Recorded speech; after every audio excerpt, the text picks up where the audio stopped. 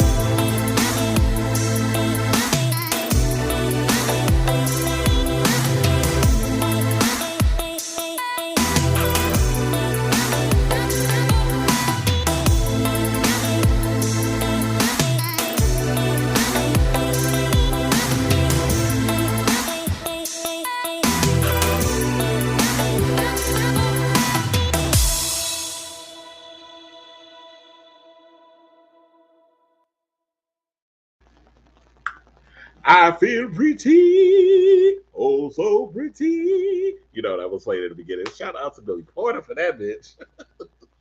Anyway, thank you all for tuning in to a brand new episode on the line. It's your boy Kris Avalon, and yes, we're gonna be talking about a lot of celebrity news and all things entertainment. So, for those of you who are just tuning in for the very first time, hey, how you doing? How you doing? Since Wendy ain't gonna be using that phrase no more, might as well just use it on here for a second. But anyway, basically, On the Line is a show that we just come on and I just give y'all my opinion on the latest entertainment news and things. But since it's basically a once a week show, we might have to change that title.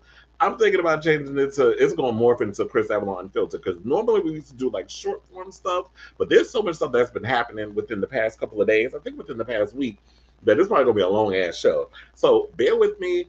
Be sure to click like, subscribe, share with your friends, come and chat in the comments, because we are live on Twitter, we're live on Facebook, we're live on YouTube. So definitely leave your comments up in here. I will be posting and commenting and reading your comments and responding to all that good stuff while I read off the following topics. And we definitely got a lot of stories that we're going to be talking about today. Drag Race just dropped some interesting tea about this current season that's finally coming to an end, I believe on the 27th of this month.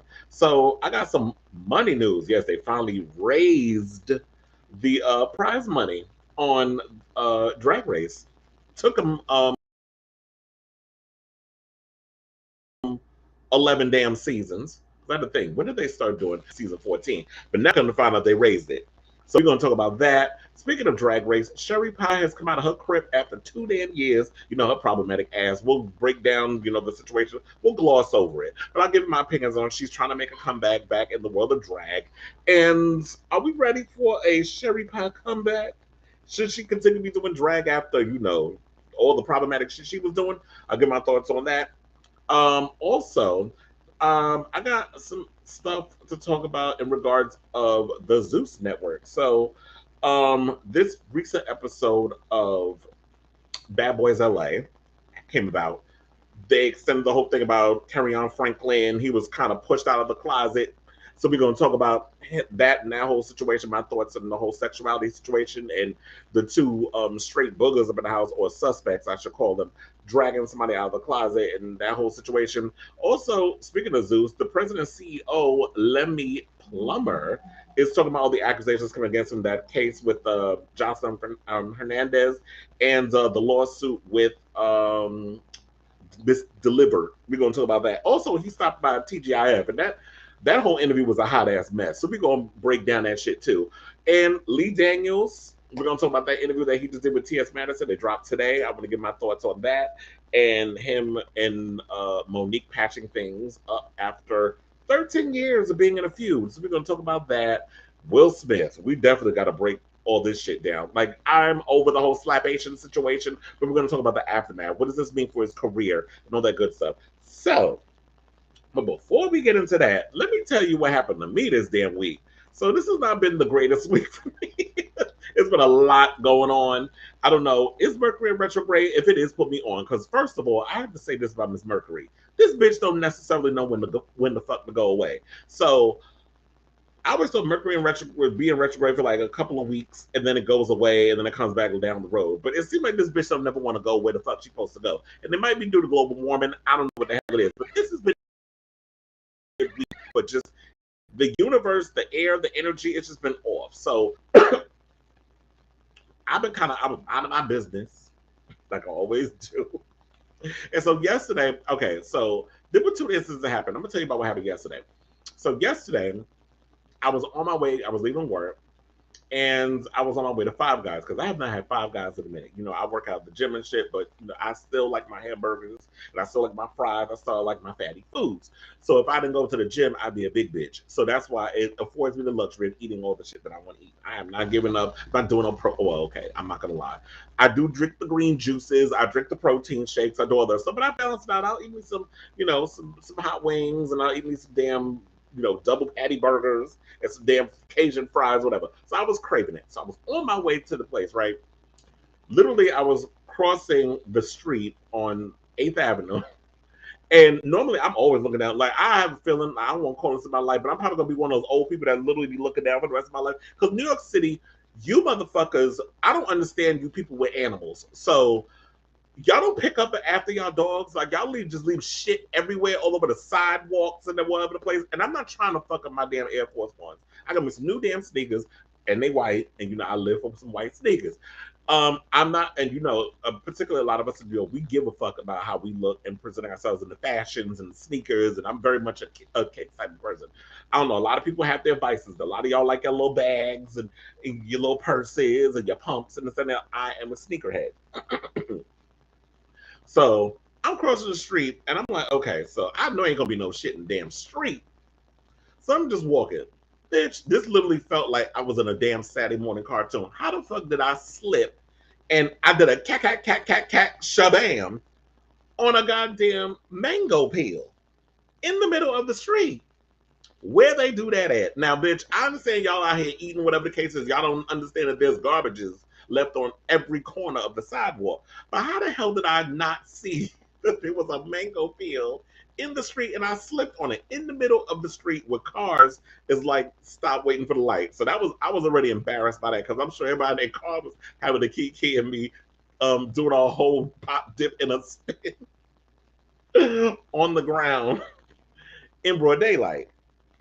So that was about how my knee got fucked up. So I was like, oh, I guess I'm not going to work out today. And then today it rained. So this is the next day. So this was yesterday. So now today I go to work. And I'll tell you, the devil is busy. So I went to work. And how is it that, okay, so now we had to have the front, because normally people come in through the front, whatever. They're doing construction on the door because the glass door has been broken for 2 years. And the way people be manhandling it, it's like that shit gonna shatter at any moment. So the people were supposed to come and fix it, blah, blah, blah, so on and so forth. So they had to open the back entrance. And it's been raining a lot for most of the day. It was, I think, around 11, 12 o'clock it started raining. So I'm going downstairs on my way to lunch through the back entrance, and I'm seeing like the floor was mad shiny, right? Bitch, I was walking down the stairs. I wasn't even like running down there. How the hell I get down 4 flights of steps, slip and bust my ass again? So there's 2 days in a row I'm slipping down. I'm slipping all over the place. And I know it ain't damn sneakers. It's the fact that, okay, it's got to be the floor. It's got to be something. But that shit was embarrassing. And I slipped in front of security. I slipped in front of everybody. Child, this was a full-on mess. How the fuck did I slip on a mango peel? First day mango peel. Second day slipping down a flight of damn steps, and they was like, "Oh, your black side ain't come out because if that was your black side, you would have been up in there talking about, oh well, you know how black people go. Like my grandfather told me this. Like if you ever get into an accident, I fall and I can't get up, your body ache, you hurt, you got a concussion, you're supposed to do all of that." I was like, oh no, I'm good, I'm fine. Probably because I was so damn embarrassed. So I was like, look, let me just get my ass up and go to work. But yes, I'm fine. My arm hurt a little bit.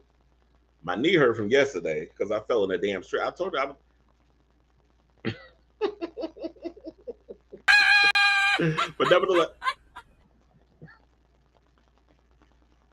nevertheless, I'm fine. No broken bones, thank the Lord.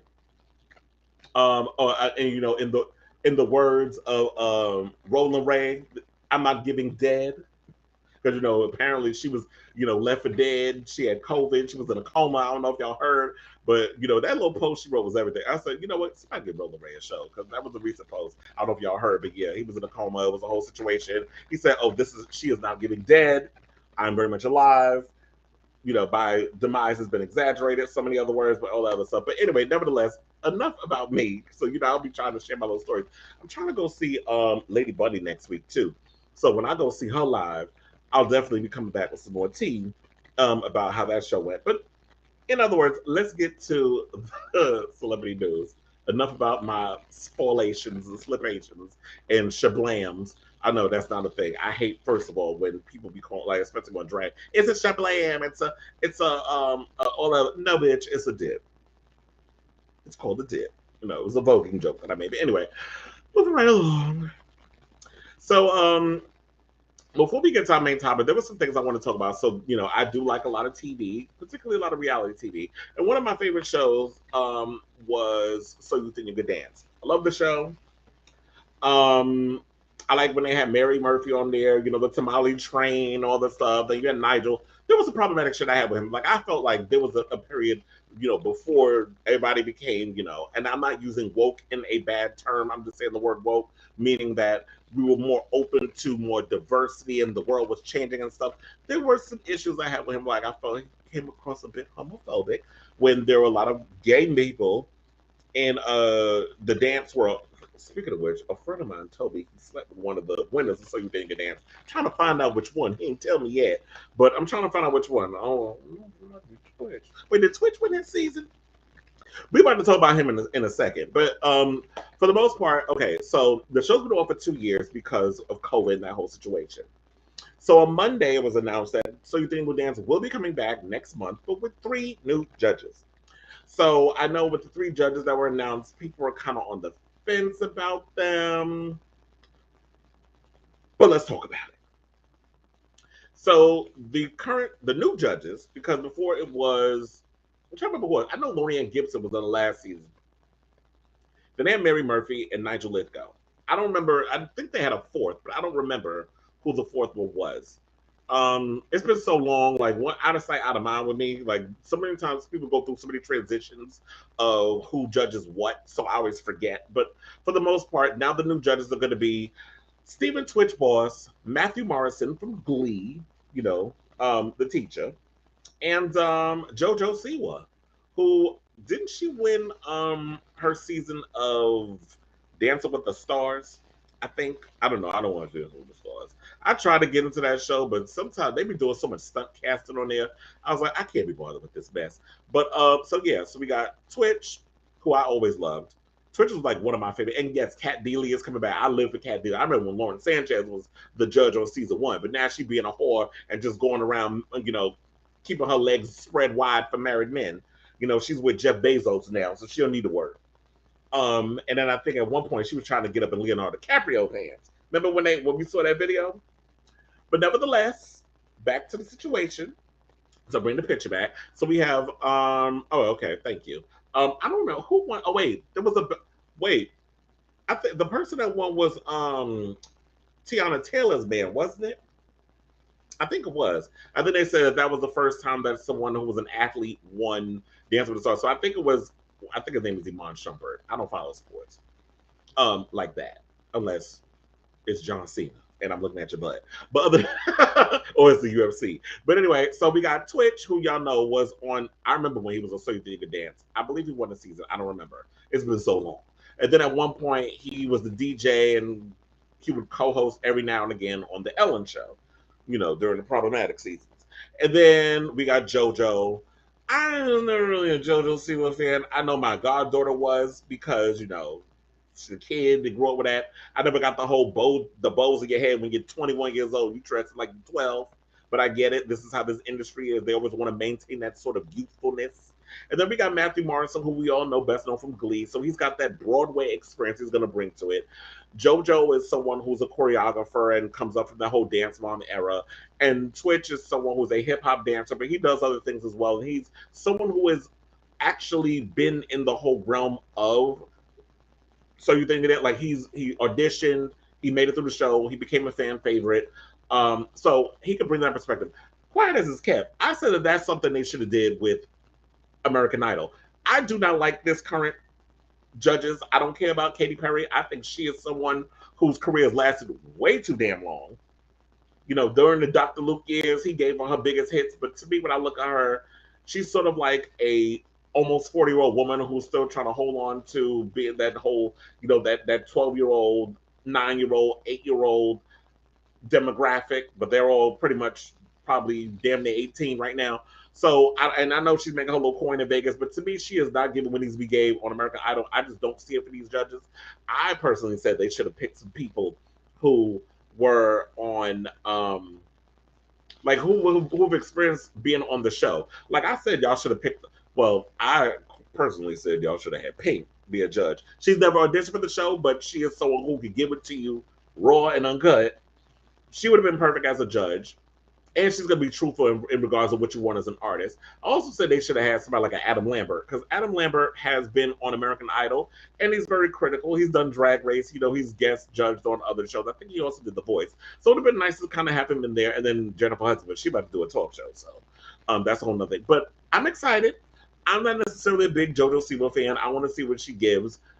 She pretty much was a favorite over on Dance with the Stars. So I'll be watching. I'll see what it is. I love the concept of So You Think You Can Dance, where they have them do all different types of dances, not all that Russian paso doble and all that other shit that you like have these Russian choreographers be doing all the goddamn time. So it'll be cute.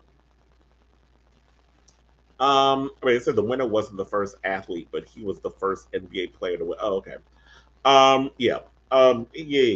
Iman Shumpert. He's an NBA player, because a lot of times y'all may be able to run up and down the court, but y'all don't have a lot of y'all got 2 left feet. But anyway, so congratulations to y'all on that, and we'll be watching when the show premieres next month. Because I do love dancing. To me, I actually like dancing competitions more than I like singing competitions. Now, moving right along, because we're talking about, speaking of congratulations, let's talk about Drag Race. So, we got some Drag Race tea that just came in literally hours before I was going live. So now we finally got a change in some situations in regards to some coin tosses that are going to really be divided on the show. So prior to, I've always said, okay, watching Drag Race, I always wondered, why haven't they upped the money? Why is it that, as popular as the show is, it's one of the biggest shows on VH1. It does well on Fridays. Why are these girls still making $100,000 14 seasons in? And I should say 11 seasons, because I remember when the first season started, I can't remember exactly what it was, because I'm rewatching all the old episodes. I'm currently on season 8 with Bob the Drag Queen. That's the current season I'm on. I'm rewatching old season because they're giving me more than what this current season's giving me. I can't with this current season. I'm obsessed with Drag Race España. Like, to me, that recent episode that they just did, the one with the talent show, the best episode I've seen in all the franchises. Like, these girls were really giving top-notch performances. I was gagging. Even better than some of the performances that we've seen on All-Stars whenever they would do their talent show. So I'm thinking, I'm like, can y'all, some of them people over from Spain over to America and have them kind of cook up this shit? Because they're giving what needs to be gave. Americans, y'all take the shit too seriously. These judges seem like they're over it, like they hate being there. Michelle always seemed like she up damn tight. She needs, honey, maybe your husband to blow your back out. I love you, Michelle, but you just seem a little too stiff. Rue looked like she over it, like, oh, I'm doing all these shows, and yeah, the money and the check's clear, but does she really seem like she's that excited to be there? But then again, you could say, like, maybe Supreme is just, you know, because this is the beginning of the show, so she's excited and that fire is there. But then, you know, once you keep doing something over and over again, people get a little complacent. So maybe they shake things up. Well, apparently they're going to shake things up in the wallet, because now they finally, after it wasn't until season 3 they pushed it up to $100,000. So it took them 11 seasons to up the money. So now, according to reports, the winner is now going to pocket, instead of $100,000, $150,000. And the runner-up, finally, the runner-up is going to make some money on the show. So whoever comes in second gets to walk away with money as well. It'll be interesting to see how they do this reunion, because with the reunion, I hear what they've been doing is they'll do a live reunion, excuse me, meaning in front of an audience and everything, but it'll be taped, because apparently they say Rue can't read a damn teleprompter live without fucking up. Well, she better learn if you don't want this shit to slip out, because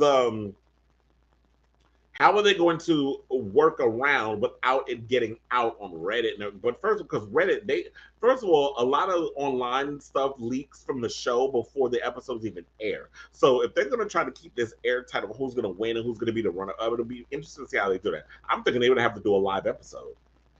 So the winner is going to get $150,000. The runner-up is going to get $50,000. And, they make, and throughout the show, what they've been doing is, you win cash prizes from doing the maxi challenges and the mini challenges. Now, I don't know if anybody knows this, but, when you compete on Drag Race, the contestants make $500 per episode. So the longer you stay on, you just keep making $500 an episode, which is like basically daily, because, it takes a month to shoot the whole episode. They don't get paid to do Untucked, I should point out. Every sponsor of the show, no matter how much of the spotlight they get, they have to pay the show at least $100,000. And then, there's the budget from Viacom, Paramount, CBS, VH1 to the show, and the budget to pay for guest judges and main judges and crew and all of this stuff. So, if you want to know the full list of who so far is making what, y'all can go over to AppleTV. That's a whole other thing. Out.com. They have the whole breakdown of what each queen has made so far from the mini challenges. So I don't want to break all that down here, because we'll be here all day doing that. But for the most part, about time. I'm quiet as it's kept. I think they should move the money up a little bit. It should have been, I said 200. Look, first of all, on Queen of the Universe, they made $200,000. So I don't know why y'all don't do like $200,000, and then you could have did $150,000 for the runner-up. But it ain't my money. I'm not spending my money on it. This is what they're doing.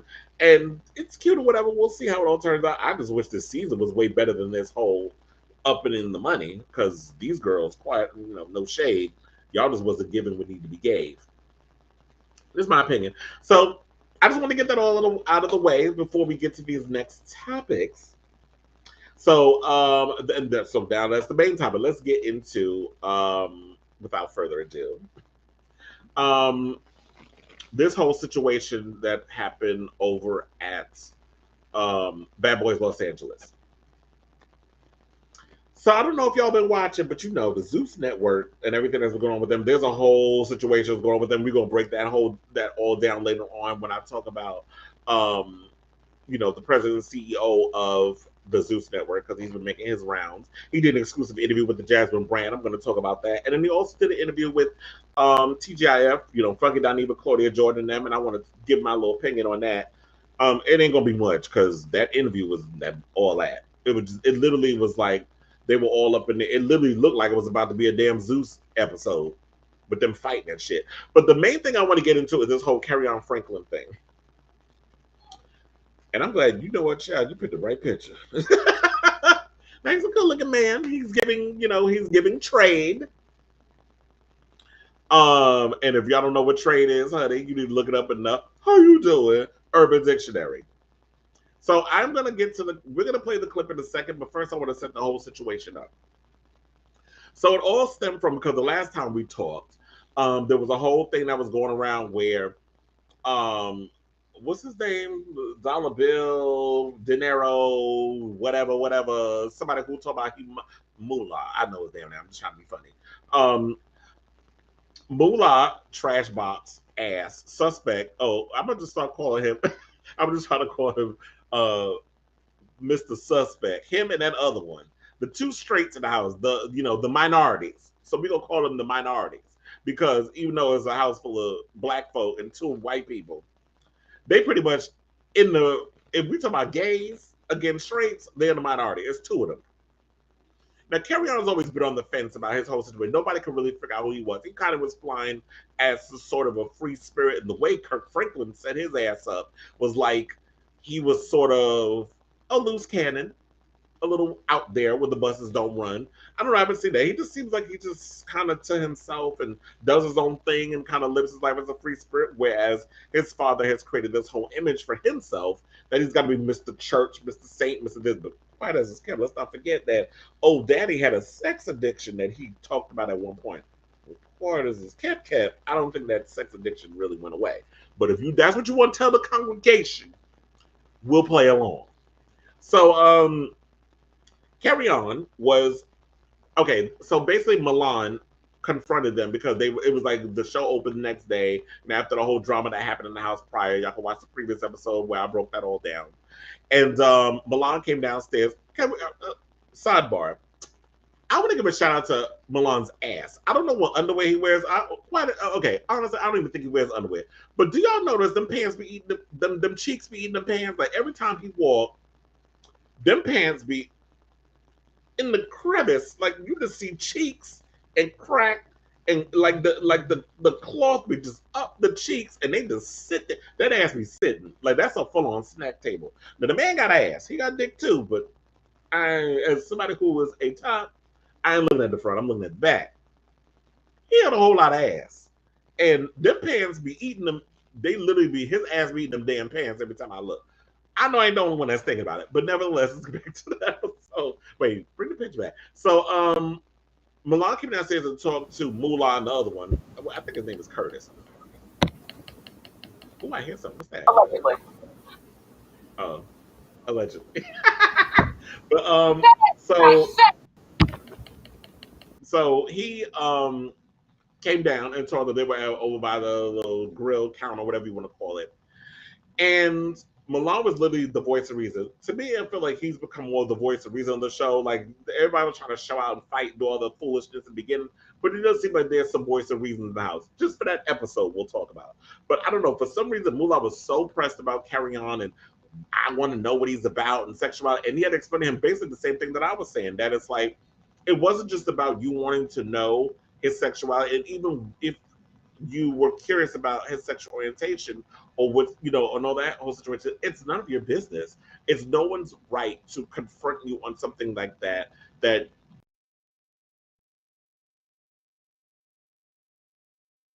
I'm not comfortable around you to be wanting to spill my personal business to you because you have not presented yourself in a way where I can feel comfortable to open myself up to you as a person, because you came to me with an ultimatum. I need to know what side you bat for, so I'll know, so you can't hang with us. Why the fuck would I want to hang with your corny ass anyway?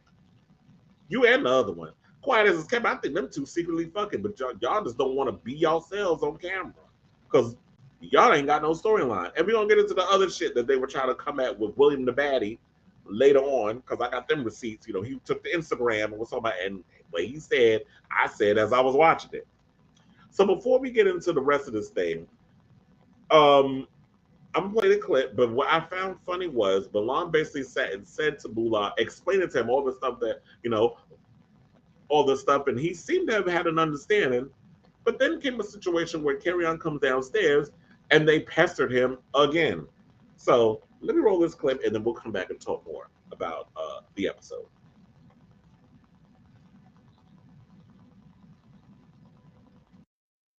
Do you like men or do you like women? I just want to know, bro. Let's just put that out there. Men hit on me all the time, different kinds. You know what I'm saying? Love is sublime, so I can't control who attracted to me. All I can do is just do my thing, bro. Like everybody who try to come, every letter in the alphabet in my DM, bro. Everything in between, bro. I really live this life, bro. You know what I'm saying? Just like rock star shit. I enjoy myself. I'm not in a fucking relationship. I'm polyamorous first and foremost. So all that monogamous shit, niggas gonna love to argue with me after this damn show. I don't give a fuck, my boy. So you're not comfortable answering the question right now? I'm just, he just got a question but for you. Both y'all pressing me, so I'm wondering, what's really going on between y'all two? Y'all wear the same cologne? Do you like men? I don't give a fuck, nigga. Call me bi. Okay, I'm bisexual. Call me that. Whoa! I wasn't expecting that. His upbringing, his father's Kirk Franklin, this is really a shocker to me.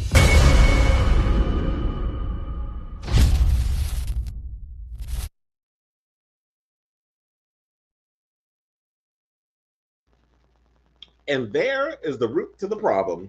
See, it wasn't even about what his sexual orientation is, because then he attached it to who his father is.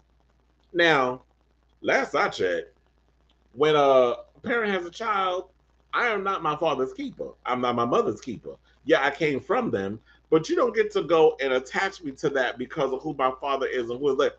You don't think that there's people in the church who got full-on faggots for children?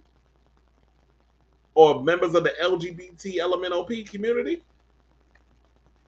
Don't TD Jakes have a member of his family that's of the how you doing persuasion? So for people out here that try to act like that this boy can't be himself because of who his father is, maybe that's the reason why he's not attached or in a relationship with his father, because he wants to be free to be himself and find his own way and his own identity. And to me, I wish Kerrion would have been like, it's none of your fucking business who I'm sleeping with or what my sexual orientation is, or if I like men. And if I do like, what if I do like guys? What is it to you? Why do you care so much? And that's why he was throwing out there, well, I'm more curious about you two. Y'all wear the same cologne. So now I have to look at y'all because, like I've said before, real straight guys, and I have a lot of straight male friends. And a lot of people who I hang out with, I've taken my straight friends to gay bars. I've taken them to drag shows. And they're comfortable enough in their skin. They don't swing that way. There's all this other stuff. And it's good to have that kind of relationship. But when you deal with people like that, especially when there's this overall stigma within the Black community when it comes to homosexuality, and a lot of y'all love sleeping with women with a little something extra. Y'all just don't want to be out there in the streets letting people know what y'all did. Oh, we know about y'all too. But to me, in a way, I'm so glad that social media went in on Moolah for outing Kirk Franklin's son and forcing him to disclose his sexual orientation, which is none of your fucking business. But one of the things is, that's what he should have been. And I know a lot of people talk shit about Zeus and talk about, oh, that show was trash. Funky Don Evil was one of them. They basically said there's a lot of garbage, this, that, and the third. We're going to unpack that because I want to talk about that interview that he did with the CEO of Zeus, where he was on their show earlier on TGIF. And to me, I watch everything. I like a little bit. I like my Ratchet TV, and I watch a lot of quality stuff. Like I watch the shows that Lee Daniels, all them. There's quality queer entertainment out there. Not a lot of it, but you gotta look real hard for some of it. But what I will say is this: on the surface, yes, it's ratchet. The show is this a bunch of gays acting like buffoons on TV for a check and this, that, and the third. And while some of that is true, I always try to look deeper underneath the surface. And what I get from the show is there are stories there to unpack.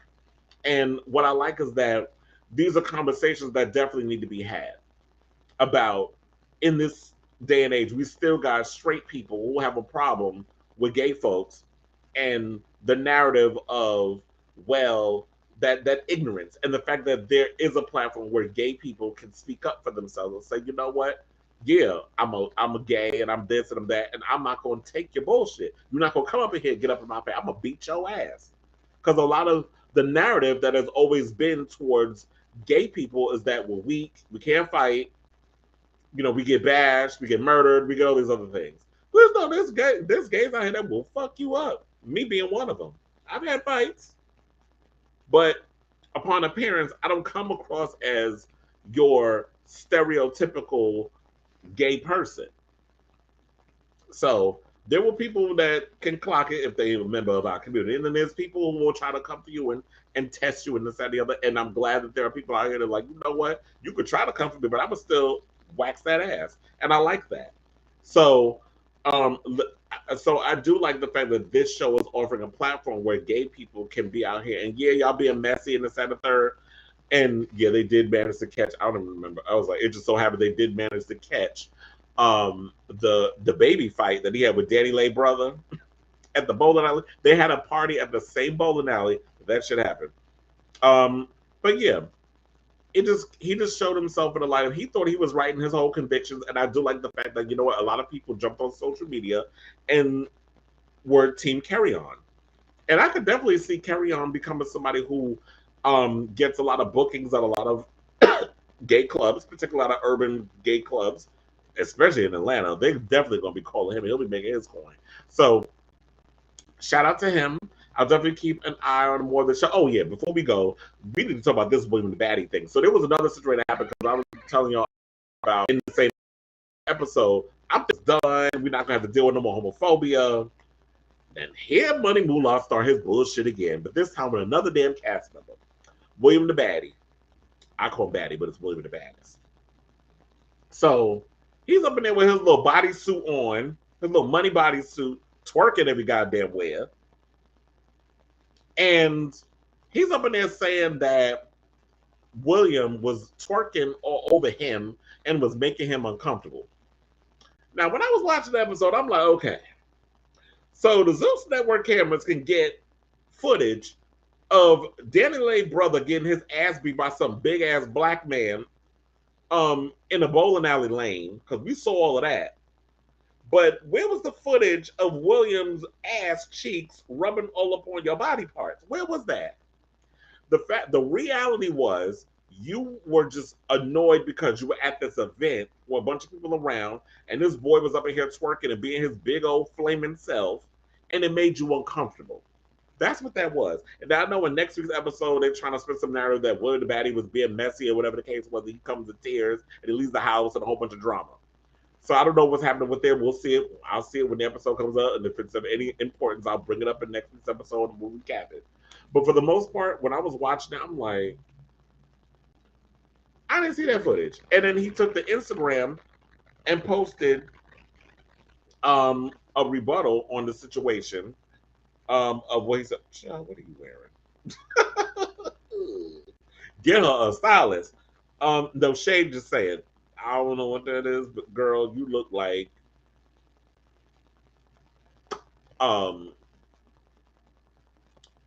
you literally look like Pebbles done shot an enema out her ass and it just got all over you. That's what that looked like. Pebbles as in from the Flintstones. Not Pebbles, do you want to ride my Mercedes? Not her. The other Pebbles. Bam Bam girlfriend. Oh, you making him extra skinny. He'll appreciate that. Hold on, because I was trying to see it. I did send you the post of what he has said, but let me look for it because I got it in thy phone. He said, "Not sure if y'all gonna answer or not, but did y'all see me twerking on any straight men at the Culture Bowl? I know many people most don't like me in that house, but for the future reference and to clear my name, I'd love to see some of y'all actually chime in and tell them the truth. There was no footage of me doing that. I was having a fun time and none of them liked it. Let's be honest. There was no footage of me ever doing that, and I live here." Wait, hold on. It said, "Let's be honest, there was no footage of me ever doing that, and I live here. I would never disrespect. I have a platform and a voice. I will use it when I am wronged, when the public is told I've done something, but there is no proof, receipts, or just word of mouth. Individuals who already create a narrative to my brand will not be tolerated." Well, girl, I don't know what brand you got. I know you say you're a rapper. The music is great. But for the most part, because I ain't never heard it, but I know people have. But for the most part, I'm team you on this. There was no footage. There was none of that shit. I don't know what they're talking about. And yeah, that is what it is. And I'll continue to watch. You know, it is a messy ass show, and you know, people talk about, oh, I can't get with the filth. But that's what I'm here for, because you know, being in media, I gotta watch the filth, unfortunately, and talk about it because it's trending. And it was something that I definitely thought that would be good to talk about on this thing. So, good luck, William the Baddie, on what you got going on, and carry on. Continue to live your truth. And fuck these bitches. Now let's move on to Lemmy Plummer, who I don't know if it was just me, but when I was looking at him, the CEO of the Zeus Network, don't he remind you know? I was like looking at him like, What does he look like? Excuse me. He reminded me of, remember the little boy from My Wife, not My Wife and Kids, from the, damn, what was his name? The Bernie Mac show.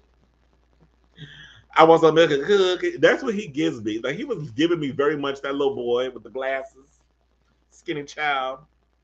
That's what he was giving me when I was looking at him. But nevertheless, I'm proud that we actually have somebody. And I think his birth. He said his birthday is this weekend, so I think he's like someone who's in his mid-30s, a young black man, has his own streaming service, the Zeus Network. So kudos for building the brand that you have built. However, people will look at the Zeus Network as a bit controversial because they feel like the Zeus Network was built on the backs of some of the most ignorant type of entertainment that you could think of. You got One More Chance. A lot of these people were ex-VH1ers. You had Chance from was over on I Love New York. He had his own dating show. Then I believe DJ was telling me there was something else that they had like a gay dating show or something on Zeus. They're not talking about that, but everybody's focused on Joseline Cabaret. Everybody's focused on Bad Boys LA because there's a lot of fighting. And then everybody's focused on One More Chance and all the drama and stuff that's happening with that. But yes, so there's some drama that's been going on with the Zeus Network, and two of them being, Andrew Caldwell, who was on the first episode of Bad Boys LA, has made a claim of sexual harassment. And, there's some lawsuits going around because some of the girls on Joseline's Cabaret said that they were attacked by Joseline and her husband. I don't know if they married, but her baby's father is actually Stevie J. But nevertheless, there's that. So he actually did an interview with the Jasmine brand. And the president and CEO, Lemuel Plummer, has denied accusations that sexual harassment took place on one of the network shows, as in, Bad Boys Los Angeles. Now, Andrew Caldwell is claiming that he was sexually harassed while filming the show. Now, I was like, where's the footage of that? Maybe it didn't happen on camera. But then again, this is the same person who popped a lot of shit, left the show, and tried to skedaddle to the airport and canceled one of the Zeus checks so he wouldn't have to do no more of the show. And they caught him at the airport, and he was basically calling somebody saying he was being harassed by the producers and people of the show. So Andrew Caldwell is a stunt queen. Not necessarily saying Zeus is that innocent, but if he claiming he got receipts on things, presented to the court of law, boo. So this is what Andrew said in a statement, saying that he suffered in silence while being sexually harassed during filming. Said, I'm heartbroken. I've been suffering in silence and I can't take it anymore. Justice needs to be served and I encourage anyone else suffering in silence to speak up. And now this was presented by his attorneys on March 23rd of this year. It was a whole statement saying that our firm has been retained to represent Andrew Caldwell regarding several acts committed against him while participating in the production of Zeus Network's television show Bad Boys Los Angeles. As we stated before, it's neither permissible nor entertaining to be the subject of intentional acts of violence, or in this case, sexual harassment. The history and pattern of abuse many entertainers are subject to endure in the entertainment industry is no longer to be ignored, and industry standards change. Methods of fear and intimidation are unacceptable in any industry or setting and will not be tolerated. It goes on and on and on, but I just want to give you all the cliff notes.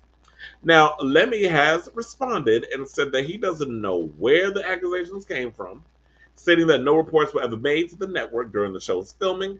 After being asked if he knew what happened, he basically told this to the Jasmine brand, saying, no claims are made regarding the Andrew situation. We honestly don't know what his claims are and what his accusations are. He also said that we can't comment on something if they don't file a claim. We're not encouraging that, but there have been no claims filed regarding anything regarding Andrew, regarding Joseline's Cabaret. So like I explained before, there was a whole situation that went down with Joseline's Cabaret, and one of the girls said that her hair was pulled, that she was beating Joseline's ass, and her man jumped in and he started fighting her. I ain't know men should be putting their hands on women and this, that, and the other. She ain't touch him, so I don't know why he touched her, but he was defending his wife because his wife talks a lot of shit. She can't back it up with their hands. Now, we also said that all I can say is, for me, I take every situation seriously. Our top priority is the safety of our cast, crew, and talent. So if and when a claim is ever filed, we will address it and respond. Now, here's the thing with that. I don't understand how you sit there and talk about that your primary concern is for your talent and their safety. When I watch a lot of these shows, and y'all let these people up in here damn near kill each other for attention, for a moment. And I get that the Zeus, because he explained it when he was on TGIF. Like, I get that your network doesn't follow the same rules as like a VH1 and all these other stuff, and then went and gaslit and was like, well, how come y'all don't have that same energy towards the VH1s and the WeTVs and all these other networks that promote buffoonery and coonery? And he had a valid point, but there's an extent to the coonery and buffoonery on a lot of these shows. Yeah, they be fighting this up, but the security jumps in immediately. Or they do their best to try to break up the fight. It ain't a situation like with the Zeus network where y'all will literally, I will see security just literally stand there looking like, oh, wait, they're fighting. Oh, yeah, I'm paid to break this shit up. Let me get over there and break it up. And it's literally like the music from the Bionic Woman. Like, you would think they move fast, but it's like they're moving slow. You know what I mean? Like, it's literally that. And it's like turtles getting over there trying to break up these bitch-ass fights. These slap boxing matches. So the security, I don't know what CBS you done found them motherfuckers at, but send them back. Because their security is horrible. Now, I do have a clip that I want to get to, but I'm going to get to that in a minute. But I want to just continue to set this whole situation up. So to me, it's like, I'm all for creating a show where, you know what, we all need our balance. If I have my own streaming service, I'd have ratchet shows on there up from the LGBTQ perspective. But I'd also be building it to get to a place where there'd be a balance. And, networks need the balance. And I'm sure the Zeus Network will create that balance, and they'll have more shows. They do have some shows on there that's not all ghetto and ratchet and full of stereotypes. The problem is people don't want to watch it. So the question remains, is it us as the consumer? Is it our fault? Or do we blame the CEO? Because as someone who runs a network, you go where the money is. Well, this is what people are gravitating to. This is what people want to see. So should we just continue to give them that? I mean, look, Oprah tried for the longest to get OWN network to be doing all the positive stuff, and y'all wasn't supporting that shit. Wasn't until recently I started watching, what is that Huntsville shit, whatever they call that? I don't know. I don't watch OWN. I don't even watch cable. I watch a lot of streaming services. But anyway, let me play this clip, and then we'll come back and talk more about this whole situation. Oh, play clip.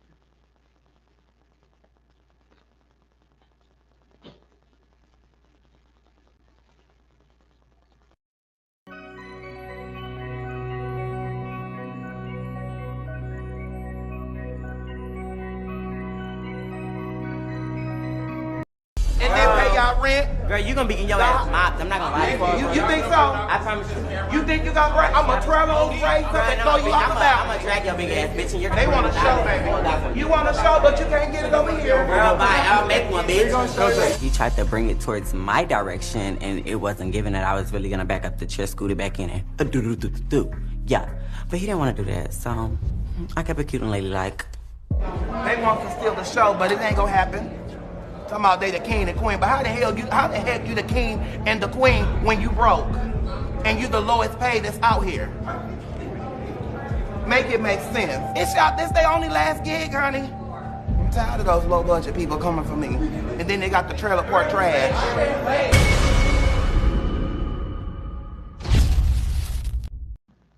Everybody was low budget and gutter trash, but your ass was the first to leave. Like, you didn't even make it to the house. So I don't understand how you talk all that shit about everybody on that show, but you was the first one to run up out there as soon as shit got too damn hot because you tried to pick a fight with everybody in the house. If I was them, I mean, if he would have made it to, I would have gave him that little ass bed that the little other white boys done slept in. But nevertheless, I have to say that, like I said before, you know what? Let me keep doing your thing, your thingy thing. And Yeah. I'm not here to throw shade at, yeah, we're gonna go to break in a second. I'm not here to throw shade at other people's success and the things that they build and the second and third. I'm here for it. Y'all want to create whatever you create, that's great. But yes, I would like to see the balance. And look, we all have a choice on whether or not we want to support or not support these type of shows. I know a lot of people that love stuff on. They love Johnson's Cabaret. They love, and they're not stupid. And I don't think that's what Doniva was getting to when he was talking on the show. If y'all want to see that episode, I'm sure y'all can go on YouTube and check it out. And he did do, and then Doniva also did a response video because he could barely get a lot of them could barely get a word in because Lemmy likes to talk and navigate things in a way where, you know, he gets to have all the conversation. Claudia couldn't say much because Claudia hosted something over on Zeus, so she was quiet as a damn church mouse. So she couldn't really say nothing when she kind of was getting a check from Zeus. And when you got a check from a network, I guess they felt like she couldn't really say nothing. But I always say this. Just because you create something and just because you're black or just because you're a minority or whatever the case is, black, trans, gay, whatever the case, a woman, you are not exempt from criticism. That's like if people came for me and I created a network and all I had on there was some of the biggest stereotypes. Like if I create a gay show or whatever the case was, a bunch of them, where it's just gay people beating up each other, or, you know, it'd be like a Housewives type of show. First of all, when you watch the Housewives, they don't really fight on there. They've had moments where there's been some hair pulling, chairs being thrown around. You know, when Portia attacked Kenya at the reunion, there have been little incidences in that case, but it's never been something that is, okay, now this is the brand. This is basically what this network has presented itself as. So therefore, when people look at your network, they're like, oh, so this is to be expected, so I need to present this behavior. So that's, I think, the perspective of how people are looking at those things. But yeah, I'm just going to sit by and I'm going to look at, I've been saying it, yeah, Andrew Caldwell is low budget. First of all, this is someone who is still not coming to terms of being a homosexual. Like you can't have a house full of gays and someone who's just not comfortable being who he is, and still tell me he was delivered. She ain't about fucking her. She's like a big old cabbage patch in a fur coat, which she probably mopped from the set of Pose, quiet as it's kept. That, you know, the one Ricky wore was cuter. But anyway, so yeah. So if you're gonna create something, like, look, I have dreams and aspirations. I would love to create my own streaming service, and if I did, I'd have a balance of things. I'd have my scripted fare, I'd have my reality fare, and some things people are gonna like, some things people aren't gonna like. It comes with the territory, but creating opportunities for your community, and I see that that's what this young man is doing. That to me is way more important, that, you know, you have someone who's created a space and a platform, whereas Leslie, if we really want to talk about some shit, and we're going to get into it, with Lee Daniels did his interview with T.S. Madison, I'm going to talk about that when we come back after the break, when he was talking about the whole Jussie Smollett situation, on what he was saying about what happened with Empire, because people was mad about Empire, like, how come the first season was great and yet season 2 started off this way and then it kind of just went off the rails? It's because he said that the reason why people loved Empire so much season 1 and half of season 2 is because black people were writing and coming up with the ideas and really putting the perspective in. Then as the show got bigger, white people started trying to interfere, and Fox and all that shit, and then it became this other thing, and people were like, I can't relate to none of this. Like, this is not our experience. This is not how we talk. This is not how we behave. And then, of course, the Jussie stuff didn't help. So there was a whole lot of that. But yeah, so let me just wrap this up, because we're already an hour in, and I didn't even get to all my other topics, because a lot of these topics have so much nuance and have to be broken down. Child, I'm hoping I'm not going to be here for as long as, you know, I'm hoping I'm not going to have the Batman running time on this episode. But let me just take a quick break. We're going to come back. We're going to talk about, speaking of which, Lee Daniels and that whole situation with his interview with T.S. Madison. We're going to talk about Will Smith and this whole situation. What's going to happen with his career? Speaking of which, another one whose career is on the line, Ezra Miller. We got to talk about him and his behavior and how this may affect the future of The Flash. And I know he's also in the new Fantastic Beasts movie. And then plus, we're going to talk about Sherry Pie coming back to drag, Kanye West finally getting some help. Now, is this a stunt, or is he really about his shit? So we're going to talk about that and a whole lot more. So don't go away. We'll be right back with Mo on the line. Jumping away. Click like, subscribe. and follow.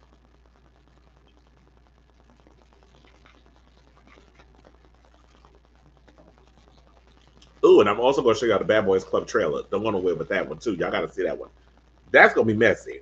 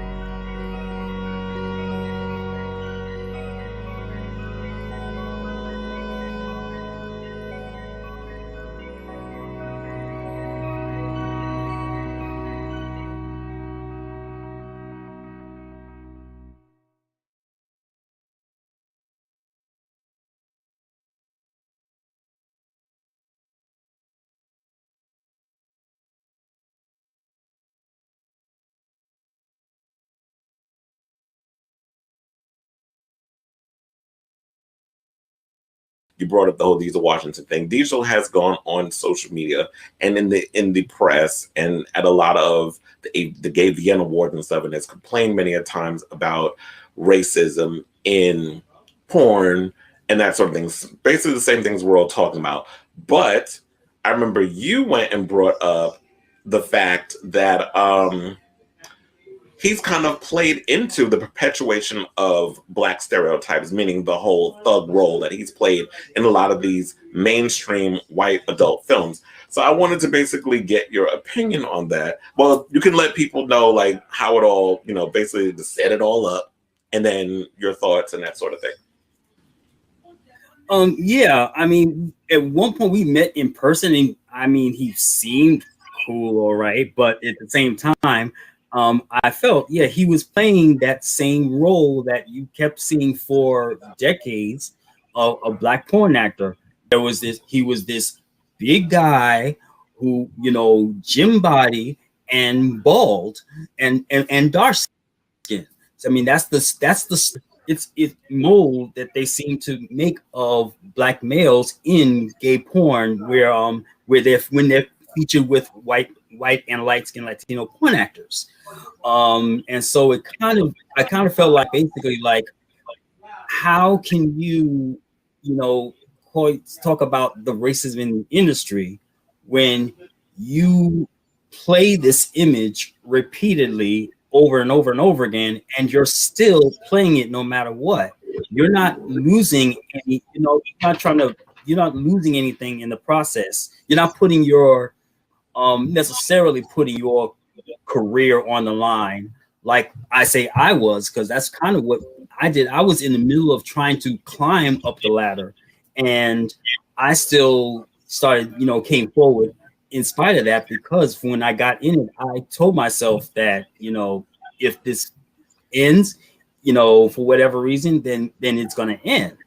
But, he still wanted to play into that image. So it's like people can't take you seriously if you're being a hypocrite.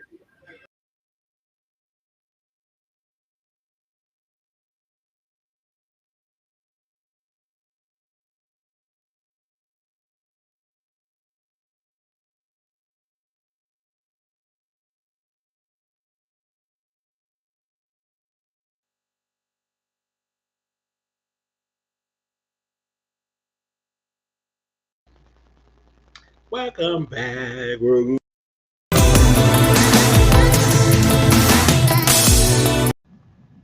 Our production really loves cutting me off.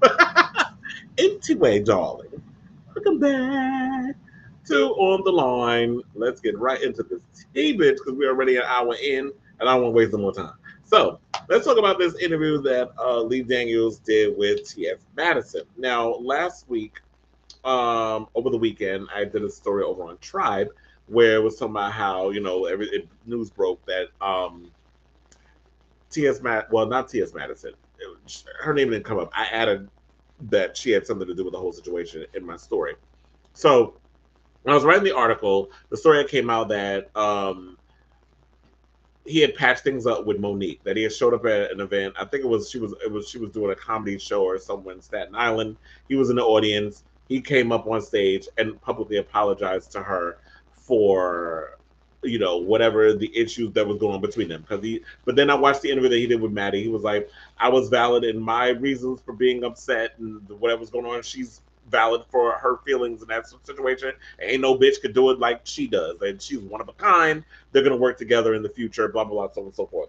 Come to find out, he was talking some real shit because she's about to star in a new movie. That's going to be for Netflix. She's replacing Octavia Spencer. We'll get into that in a moment, what that film is. But for the most part, let's unpack the whole situation with his interview. So now, Maddie went and I saw online. I was like, oh gosh, this is perfect, so that I can add it to my story. She went to social media and was like, her interview, because she did in the season finale, she interviewed Monique. We played the clip on this show. I think we did it on Drinks and Drag, and we played the clip on an episode of On the Line. So you can go back in the archives and look at it if you want some nuance and some texture. I'm gonna play a clip with Lee and Jussie in a second, but wait, is it the clip that of him in the car with Maddie and he gave his thoughts on the whole situation of the whole Jussie situation? Because he said he was confused by the whole situation. You're not the only one, because I was confused, and I think a lot of us are confused as what's going on. And to be honest, I don't think we're ever gonna know the truth of what really happened that night. This is going to be up for speculation. And I don't know if Jussie's career will ever recover, but we'll talk about that in a second. But for the most part, Maddie went and said, you know what, because a lot of people want to give credit to 50 Cent over what he had recently said. Now, we all know 50 is a troll, 50 is problematic, although y'all did jump on the 50 train when he did say that, you know what, y'all need to stop the bullshit and stop this. Keeping this woman bullshit she deserves. She deserves to be in Hollywood and giving this and the working films because she is a talent. Now, I do find it funny that Monique is working with the same a movie for the same streaming service. She was talking about Let's Boycott, which no shade, but I'm not boycotting Netflix. They got way too much good shit on that damn streaming service. We need to boycott because you ain't get a check and because they gave Amy Schumer's unfunny ass way more money than they should have paid you. Because look, I've been said for years, Amy Schumer is like watching mayonnaise get high. That's basically what it seemed like. Just watching mayonnaise bubble in heat. That to me is her brand of comedy. Just bland, nasty, flavorless. So, but if y'all like it, okay, because she wasn't given what needed to be gave at the Oscars, but that's what y'all wanted there. And she was talking about that she wanted to do some stupid joke. I forgot what the joke was. Probably it doesn't matter, but she wanted to tell some troubling ass joke, and Um, and apparently, they weren't happy with the whole. They was like, "Oh no, you can't say that joke," but whatever. So, um, he went on Maddie's show. He was in the car and all of this stuff, and they talked about this situation. They talked about a whole lot of things, which I thought was relatively a great interview, by the way. And yeah, so let me play you this clip of him talking about Jussie and that whole situation. We'll get back to talk about the rest of the stuff. Roll the clip. Hugo was like, "Nah, male."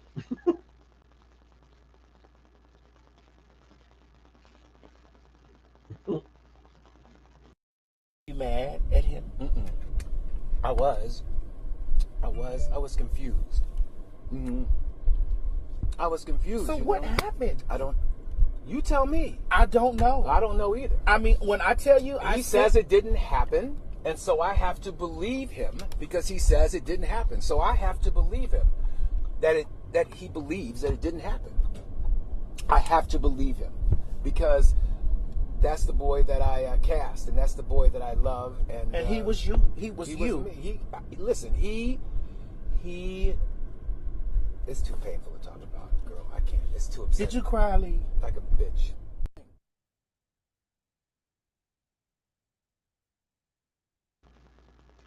And I'm sure there's a lot of people that support Jussie behind the scenes.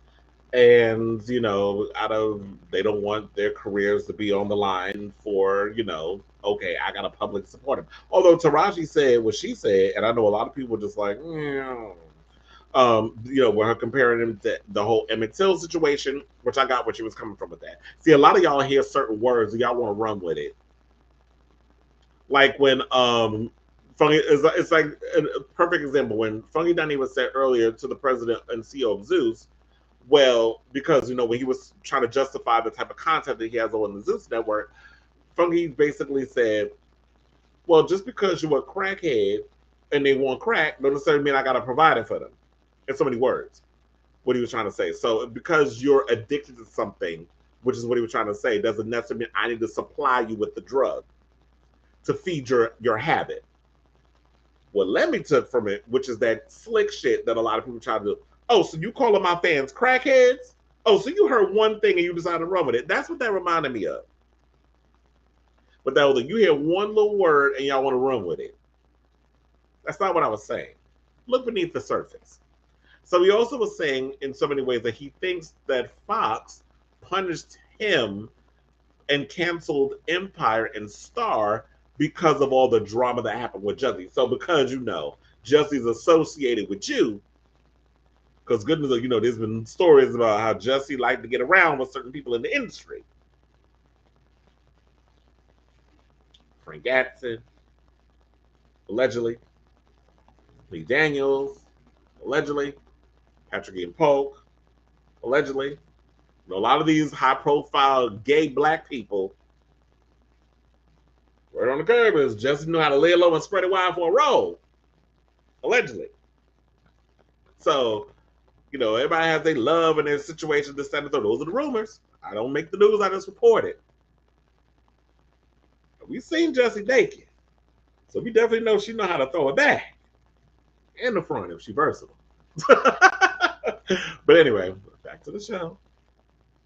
So, for the most part, I just want to say it's sad the way this whole thing came out, and people have to realize, stop trying to lump us all into one thing. People of color, queer people. We're not all a monolith. Just because one gay black man fuck up, don't necessarily mean we all got to be represented. The same shit with Will Smith. Just because he went and slapped somebody at the Oscars, don't necessarily mean that you need to find every black person and ask what their opinion is, and then we all fall under the same umbrella. Because I saw that's kind of what the attitude was when people responded to the whole Will Smith thing. We're going to talk about that in a second, because I'm just going to talk about the repercussions of, like, does the punishment fit the crime? Similar to Jussie, where everyone's saying, should he have gotten 150 days in jail, that sort of thing? The punishment doesn't fit the crime. People were saying it about Will Smith too. We're going to talk about that in a second. But for the most part, I thought the interview was really good. And I like the fact that it reminds me a lot of myself, probably because we're in the same age range. And, you know, with age comes maturity. So with that being said, it's sort of like I'm friends with Monique. I'm friends with Lee Daniels. Y'all both are hurt on different, you both have your own levels of hurt. I really think y'all need to let this shit go and come together and really just like hash this out. And that's what happened. I think that Maddie, because she had conversations with both of them and came at them from a place of love and understanding and not judgment. And I gotta pick a side. But no, I love you both. And I really feel like, what the hell's his name? Jason Lee called himself trying to do that when he interviewed Laura Roach and was talking to him about Tiffany Haddish. But she too damn messy to even want to come to the place of where a Lee Daniels and a Monique is, because that comes with age and experience and maturity. She ain't there yet. And I don't think Laura Roach is there either, because he's from Chicago. He's a little ratchet. I live for him, but I'm just saying, though, that energy and the attitude, and when you're young, y'all can't come to a place of maturity where it's like I can let shit go because I'm still so hurt and my pride and all other mess. That all comes with age and maturity. So I could see that Monique and then will come down and say it now. She waiting for Oprah and the other one to come to a place of maturity. That ain't happening. See, Tyler Perry rather lay hands on that on Will Smith and do all that crap in between commercial breaks at the Oscars and try to exercise you from your demons. Him and Denzel old ass. They rather fuck with a Will Smith than try to come to a term and apologize as a man to a Monique. So I already know that ain't happening. But yeah, so shout out to them, and I'm glad that these two have patched things up, and he has cast Monique in a new horror film called Demon House, which he basically said that that movie's kind of going to be like Precious. Like you would think that the mother is beating the kids and this and the other, but it turns out that there's a ghost or a demon in the house that's abusing the children. So I'm curious to see what this movie is, because I love a black horror film where it's going to be really scary and stuff. Not that social political stuff that oh my god, what the fuck is his name? Why did I forget? Jordan Peele. That a lot of stuff he's trying to do. Like I feel like he's falling a bit in that M. Night Shyamalan Ding Dong territory, where it's like, remember when, because he had his big knockout hit with The Sixth Sense, everything's got to have a twist ending. Then it's like it's starting to become stunt shit. It started to become more like stunts and things, and his movie just got terrible. And then at one point he was just a laughing stock. Then he came back with the other movie. I forgot what it was. The one where the multiple personalities with James McAvoy and that whole thing, and then they made a sequel, Glass. And then, the other stuff. I forgot what the name of the movie is. Never mind. Let's just focus on this, because now I'm going on a tangent. So shout out to them too. I'm glad they worked things out. And yes, T.S. Madison had a play in it. And shout out to her, by the way, for showing me love on my post, because I tagged her in it over on Twitter, and she was like, "Thank you." Retweeted it, liked it, and people who are her followers, the Baddie Bob, shout out to y'all for showing me love on the post as well. So, when I see that there's real authentic personalities out here really doing anything, I always try to give them the energy and the love and the credit where it needs to be, because a lot of people don't want to do that. They're quick to give credit to all the wrong folks, or don't want to give credit at all, but I always try to give credit where it's due. So shout out to them, and shout out to the Jasmine brand for these exclusive clips and things. You definitely keep the show moving tonight. Okay, so let's move on and talk about Willard Smith. I forgot what his middle name was. I was like, first of all, you should have slapped your mama for naming you with that name. I think it was Colette or something. No, Colette's a woman's name. But first of all, when I think of Willard, I always think about that movie Ben with the rat. I know that a lot of people don't know about that, but anyway, we'll look at the cute little picture. But we done moved on to another subject. Okay, let's talk about Will Smith. So, I'm not going into a whole recap of the whole thing, the slap that was heard around the world. Y'all already know the story. Tired of talking about it. I'm over it. But my whole thing that I was wondering about was, what is the aftermath? What's going to happen? I know they're discussing what the Academy's going to do with him. Like, we already know he's resigned, which means, because I had to explain to a couple people, like, people literally was hitting me up online and were like, so what does this mean? Because I don't understand what all this means. And I know a lot of people don't understand Hollywood speak and all the behind-the-scenes shit. Like, as someone who's worked in the industry, I had to explain it. So basically what it is basically he can continue to put out work. He can act. He can be eligible for an Oscar for Best Actor. However, what's going to happen is he can no longer vote. So, once you become, because I think a lot of people didn't know that when you become a member, like when you're nominated, when you win, all the other good stuff, you are the one who votes for the categories. So if you're a cinematographer, they vote for cinematographers, vote for cinematographers. Actor votes for actor, director votes for director, that whole sort of thing. So people within the Hollywood world, they vote on their peers. It's the same thing with the Grammys. Grammys are voted on by their peers. It is not voted on by the fans and all these other people. It's people within the industry voting for their peers. That's basically what the Oscars is. I think a lot of people didn't know that, which is why the Oscars is taken so seriously, because it's an industry, it's an elite thing. It's, all the creme de la creme. It's the biggest show of the year.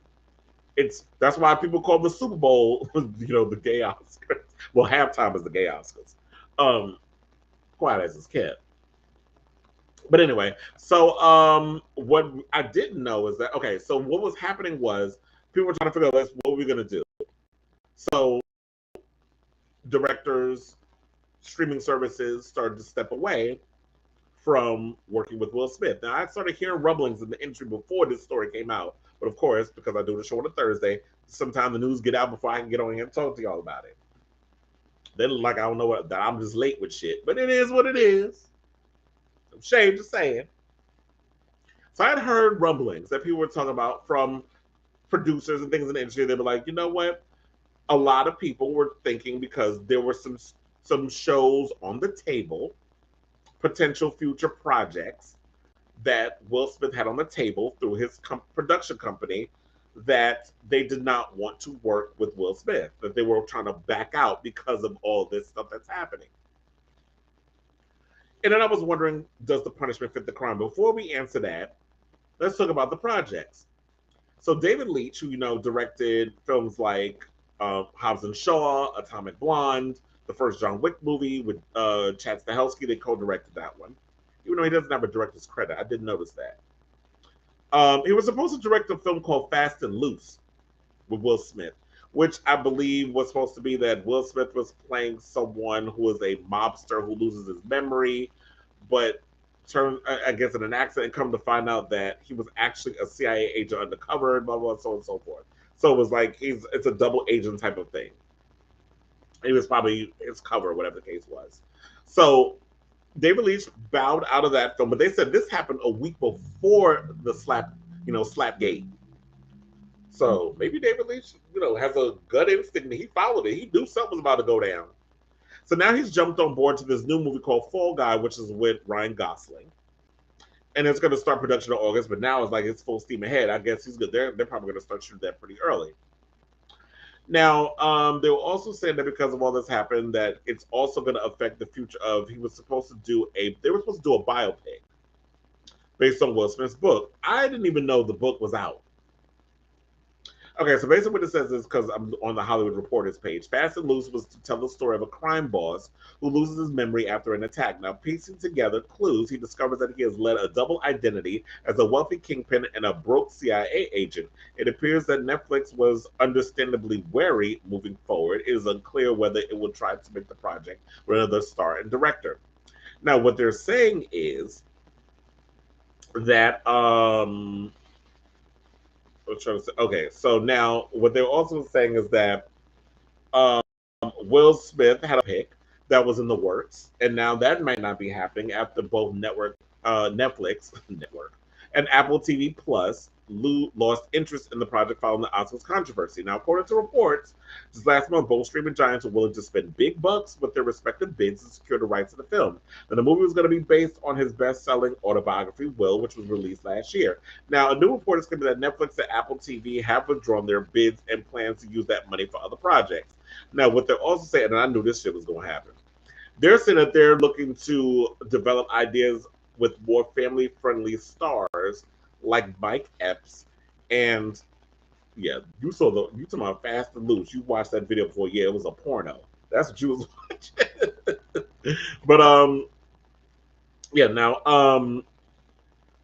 the Will Smith. Okay, so now they said they want to develop more family-friendly stars like Mike Epps and Michael B. Jordan. Now, quiet as it's kept, this is what I was thinking. I was looking at it like, okay, so now y'all looking for any moment. Like, this was the moment with Will Smith. Like, when we look at Will Smith, he's always been someone who's projected himself as being this perfect superstar. And I think that because he did this one little thing, which was an extreme, and to me, I personally don't think the slap had anything to do with Chris Rock, the joke, alopecia, whatever the case was. Because people out here really reaching. Y'all trying to call alopecia a goddamn disability. Bitch, you cannot claim no goddamn disability off no losing your hair. They're going to tell you, bitch, go put a fucking wig on. And women are not the only ones who's suffering from alopecia. Men get it too. You're Tory Lanez, whose hairline is all the way back where my damn headphones is. Talking about, he got alopecia. And Ricky Lake was just on Wendy Williams and on the Breakfast Club talking about it. She had a form of alopecia.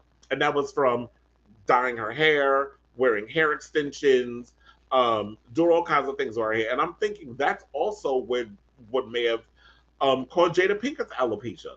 We've seen over the years, remember she used to dye her hair platinum blonde. See, a lot of people y'all like to have selective memory with shit. Jada Pinkett used to always have short hair back in the Low Down Dirty Shame days.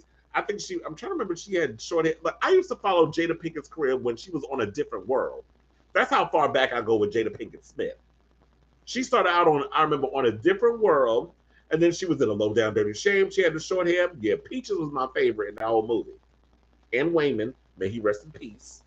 Y'all know who Wayman is. Bernard, the big old queen that was in that movie. Love you, Shane. Anyway, so it was her, The Low Down Dirty Shame, Demon Knight. She had the platinum blonde hair. I'm still waiting for that damn sequel, but I guess we ain't never gonna get it. Because she was supposed to be the new Demon Knight. Remember that? So Jada's always had short hair. So for people to go around and say that he knew about it, like, y'all be reaching. And another thing is, I think a lot of people narrative on this whole situation, y'all were looking for some old black savior shit. Because remember, it wasn't that long ago that y'all wasn't even featuring the Will and his wife. Y'all wanted the Red Table Talk canceled because they were spilling too much damn tea. So now all of a sudden, everybody's supposed to just be, they black excellence. They ain't never been seeing no goddamn black excellence. Y'all had, y'all had Barack and Michelle Obama as the epitome of black excellence before y'all had Jada and her husband. Shit, y'all even had Samuel L. Jackson and his wife, Denzel and Pauletta, Oprah and Gail. Y'all had them all before y'all had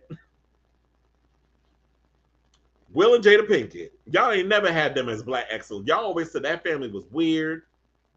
They was into all kinds of crazy shit. And my thing is this: if you have an open relationship, y'all have whatever the case is, I don't give a fuck. Own it. You're the same when I had your legs crossed on TV talking about I had an entanglement with my son's friend, August Alsina, who, I don't know if y'all heard, he got a new song out talking about the entanglement. He also got what was the other thing? Oh, he also he got a tell-all coming out that's gonna really go into further detail about the entanglement. Personally, I don't care. But my thing is this: if y'all both out here doing y'all thingy thing and y'all sleep with other people, that's on y'all. That's y'all business. I don't care. I just say own your shit. In the words of Lisa Rinna, own it. Sidebar. I don't know if y'all seen that damn new Real Housewives of Beverly Hills trailer, but bitch, I gagged when I was watching that trailer. It was everything. I know we can't play it on here because NBC, Universal, Bravo, all these mother fathers over there, y'all love flagging my shit every time I play one of y'all little videos. So I ain't going to play it. Y'all can go over on the E2 when this is done. Y'all call it E2. When and then go and watch it. But Lisa is going to end this season. We got Garcelle reading Miss Erica Jane for Phil because she tried to come for her, and Garcelle, I'm working hard for my diamond in season 3. And then you got old girl Erica Jane mixing prescription pills and alcohol. So clearly she want to kill herself on television. Talking about she get dick a lot more. Girl, because clearly you get a lot of dick. You wasn't getting it when you was married to Tom. Because you can tell me she was fucking that man. She wasn't doing It's Expensive to Be on top of that old wrinkly dick. There was no way he was doing all of that. I don't believe it. And I heard about the lawsuits, but we'll see if all that comes out in the show. And speaking of which, Cherie is on there. I didn't really see her in the trailer. I may have to watch that again. They was more focused on a lot of the core girls. But Will Smith's first wife is going to be on the show. And I know there's going to be catnip for Andy Cohen because he's going to be talking about the whole Will Smith, this, that, and the third. We'll see. She probably won't say nothing about it. But, yeah. It'll be interesting to see how she fits into the show because she's done reality TV before, and we'll see how that all fits in. But yeah, this is definitely going to be catnip for him because he's going to be curious and trying to get in and see if Trey will pop up on the show. I don't know if we'll see any of the Will. I don't think Will pop up because he's more focused on the other family. And someone at work pointed this out to me because I didn't really think about it. Everybody's trying to throw everything on from Jada, but I think they're both at fault because I want to wrap this up. Do I think the punishment fits the crime? I don't know. Like, I feel like punishing him with the whole Oscars thing, I get that. That's fine. The threat of taking the Oscars away, that's bullshit. Because if you're going to take the Oscars away, like I said before, y'all need to go after Roman Polanski, you need to go after Jared Leto, you need to go after Casey Affleck, you need to go after the one that's in jail, Harvey Weinstein, Kevin Spacey. There's so many people who won Oscars that have been problematic in Hollywood, and they still got their damn Oscars. So if we're going to go there, and y'all want to take away the man who just slapped another SAG member, because yes, technically they were at work, and this is a union member that was slapped by another union member. If you're going to do that, then we need to go and just be, we got to be fair. You can't just go and pick and choose whose award you're going to take away because of a joke. It's ridiculous. And then also your racism is showing if that's what we're doing. Because we're going to throw the extreme to the black man, which we should also talk about that. It's unfortunate that because you are a black man, one of the most powerful black men in Hollywood, you have to be perfect. You're not allowed to make a mistake. You're not allowed to do all that. And Will Smith has presented himself with this perfect, in every way, Pollyanna attitude. And presenting that attitude is like, you can't mess up, unfortunately, because, yeah, you're a black man, and people look at you as one black man fucks up, then it fucks all of us up. Yeah, we're going to go to a break in a minute, but I need to wrap this up. But for the most part, when I look at this, I feel like that he might still be madly in love with this woman, but I don't think Jada loves him. Because I think, honestly, when someone pointed me out, he's a Libra. I didn't know that. So let's talk about you fucking Libras for a second. Because a lot of y'all like to present this whole, I'm great, I'm perfect, I'm so charming, all the other shit in the beginning. But then when y'all get behind the scenes, you show your true damn colors. And I know because I fucked around with quite a few Libras, which is why I don't fuck with them anymore. My ex-best friend was a damn Libra. So it's like in front of everybody, you try to, oh, I'm fine, everything's great, everything's perfect. You're Mary Poppins, perfect in every way. And then when you get behind closed doors, you truly show your true fucking colors. And I truly believe that's what that is. I think Will has presented such this perfect attitude in front of everybody. But when he's at home, he shows a different side of himself that not a lot of people want to be around. I totally forgot about this, but I think it was on Red Table that Willow brought up or somebody brought up that Willow wrote a letter when she was young to Tupac. Now, Tupac ain't never been around when she was alive. She don't know who the fuck that man is, except for what her mother was probably telling her. So that's another thing, too. Y'all parents be telling your kids too goddamn much. She wrote a letter to somebody that she wished she was alive so he can come and make her mother and her happy and all this other shit.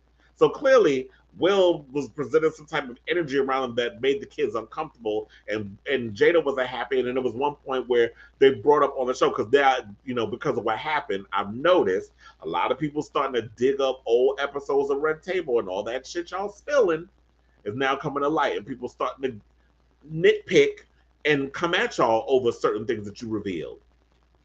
So now it becomes this thing of you guys are no longer this whole in this bubble of this A-list bubble where there's mystery around you. You're not Jay-Z and Beyonce where we look at y'all, we don't know nothing about y'all except for what you want us to know, like little glimpses here and there. You're part of media now. So now when you start spilling on your business, you become the butt of the jokes. And I think Will's gotten sick and tired of being the butt of the joke, and he snapped. So I think that's where all that came from. And it's unfortunate, but yeah, so I'm sure there's going to be a lot more to talk about because this is a whole breakdown that's going to take a lot of unpeeling of the onion and nuance. But I think that she's fallen out of love with him, and it's just they're unfortunately stuck in a marriage that she doesn't want to be in, and she doesn't know how to get out of it. Child, say I want a goddamn divorce. Unless y'all just want to continue to have this whole thing of, you know what, y'all stay married because y'all don't want to have to split and go through the prenup, and if there is a prenup, and having to split this, and this is going to get messy, and too much tea is going to come out about your personal stuff, more so than what we already know. And y'all don't want to have to deal with the whole court stuff. So maybe just stay married. You stay on one end of the wing, she stay on another end of the wing. There was another story that came out today that said that she revealed to a source that she was disappointed in what Will did, but they stand in solidarity and stuff. I'm like, girl, he did all that for you, and that's what you're saying? Like, you showing like, oh, I'm not standing behind my husband because he was wrong for what he did. Like, he literally put his life, his career on the line to defend you because he was tired of looking like a sucker in front of the world. Because everybody been talking so much shit about him over the years. Not just Chris Rock, but everybody's been going in on him. But this is what happens when y'all start spilling all your business on social media. People feel, oh, you're giving us a little insight into your life. We have a right to respond. You can't get mad now because you're letting us into your personal business. So, yeah, that is what it is. I don't know if to wrap this up, I don't know if the punishment fits the crime. But I don't know. I just hope like we can move on beyond this and that Will can get his career back on track and a lot of these movies get back. Because what's going to happen with the sequel to I Am Legend? Y'all supposed to be working on that with Michael B. Jordan. So I'm hoping like y'all not going to just continue to punish this man forever because of this one more incident. Just give him a slap on the wrist, postpone these movies for maybe a year or two, or maybe buy those movies off of it. I don't know what's going to happen with those films. Or he'll sell them the ideas and then throw Michael B. Jordan in because everybody loves Michael B. Jordan. He could use some more roles, I guess, after he's done with Creed 3. Let him be a part of these because that's clearly what's going to happen. They're going to make him or, oh my God, what's the actor's name? The one's about to be Kang. And he's also was in Lovecraft Country. Jonathan Majors. He's about to be in Creed 3 as well. He, give him a role. Make him, let's see more of him. Let's see M'Baku from, Winston Duke. I just love calling him M'Baku. I know that's not his name. Winston Duke. There's a lot of great black actors up and coming that y'all could be giving opportunities to and making movies with. It shouldn't all be about Will Smith. He's not going to be the only pinnacle of black people. There's a lot of us out here. But anyway, let's take this little quick break, and when we come back, we're going to wrap it up with Ezra Miller, Sherry Pie, and Kanye, and then, there's that. So don't go away. We'll be right back. More on the line.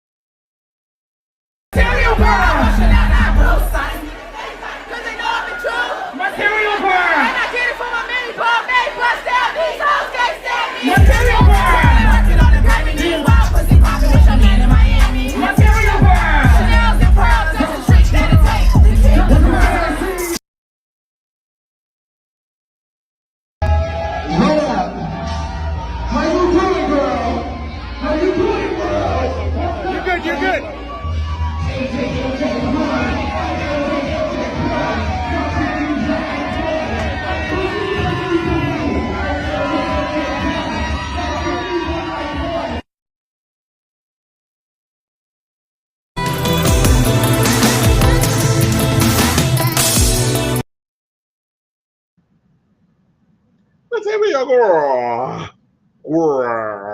Okay, let me stop. Welcome back to On the Line. Oh, I also want to give a shout out to MJ Rodriguez. I know she won an award at the GLAAD Awards. We're going to talk about that more when the rest of the GLAAD Awards are given out. I think they're supposed to come to New York, and I think it's supposed to air on Hulu, I think next week, if I'm not mistaken.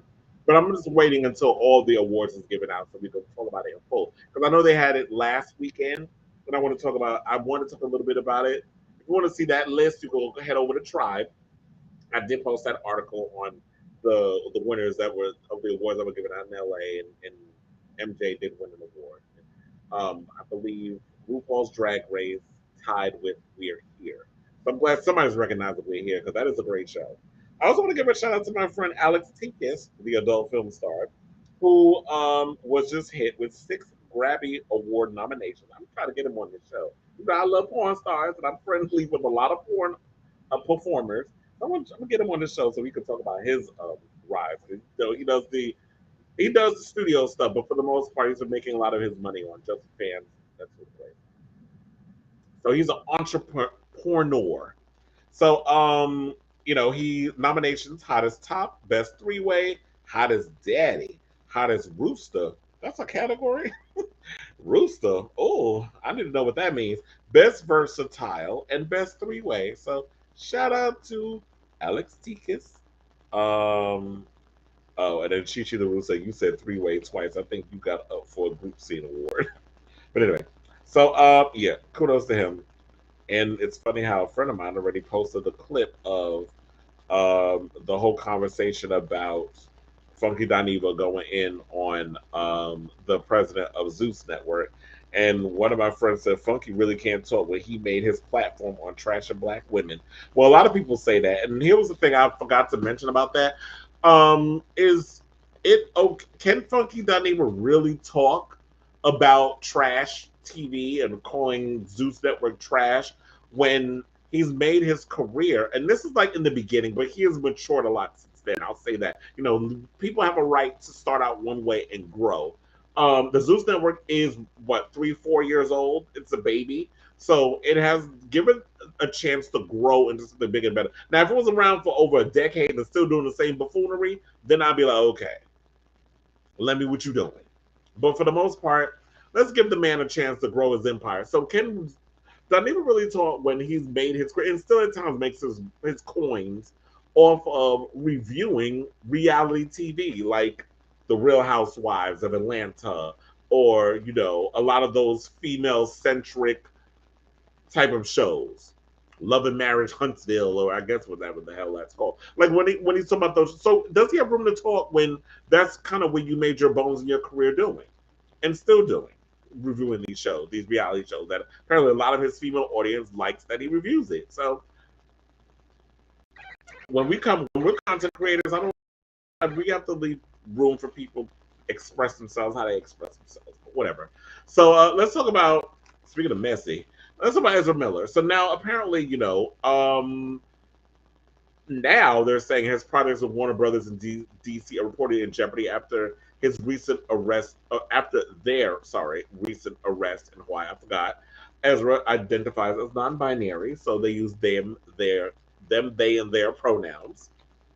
The company's executives held an emergency meeting on March 30th to discuss the troubled actor's future with the studio following their legal trouble on the island state. This is reported by Rolling Stone. Now, it's funny because I was watching another show I watch a lot of YouTube shows. So, John Campea was talking about how he has a couple of people that he knows that works at Warner Brothers, and he's been having conversations, and I was thinking about this too, where I was like, we were on the same page. He was saying that that someone on the inside had told him before the Rolling Stone article came out that they were holding emergency meetings and they were trying to figure out what to do because the movie has been postponed to 2023, so we have to wait a whole year in June to see this movie with Ezra Miller playing the Flash. Now, for those of you who don't know what happened, this is the first time that this an assault by Ezra Miller has happened. So, he also has a Fantastic Beasts coming out, the new movie. I think it comes out this week or next week. They said something or another that the Fantastic Beasts star, who identified, as I said, non-binary, had frequent meltdowns during production last year on The Flash, and they described Miller as losing it on set, but stressed that they were not violent. That's probably a frustration thing. As an actor, there's times when you're trying to get through a scene, there's a lot of craziness going on, and you're trying to make sense of, I can't get the dialogue to work. I can't get this thing. And you get frustrated. It happens to a lot of actors. And nothing to do with, I'm cussing this person out, I'm being disrespectful, I'm throwing things against the wall, I'm slapping people. Like, it's not that. It's a lot of times you get frustrated when you're trying to work out a scene on set. So, a lot of, you make so much money. It's not easy getting up there and performing, especially when you have to maintain a certain amount of energy during a specific scene. So Miller, as you may not be aware, but let's refresh, was arrested on March 28th for harassment and disorderly conduct and was charged and released after posting $500 bail. Mere hours later, the actor found themselves in trouble again when they were escorted off a couple's property after they allegedly busted into their bedroom and threatened them, saying, "I will bury you and your slut wife." This is according to a temporary restraining order request obtained by page 6. Now, Miller, who was the subject of 10 police calls in less than a month, allegedly stole a passport and wallet, which included a social security card, license, and more. The respondent is famous and wealthy. The document stated this makes access to weapons much easier, as well as sending associates to harass the petitioner. Now, Warner Brothers have not responded. Miller has not responded. But the question was remaining because I remember there was a lot of people talking about, I was like, well, there was an incident that happened in Iceland. I think it was about a year or two ago. I think when he was shooting Fantastic Beasts, if I'm not mistaken. In Iceland, he was at a bar, he was drunk, and he body slammed a woman on the ground. And I remember I think I talked about it on the Kris Avalon podcast.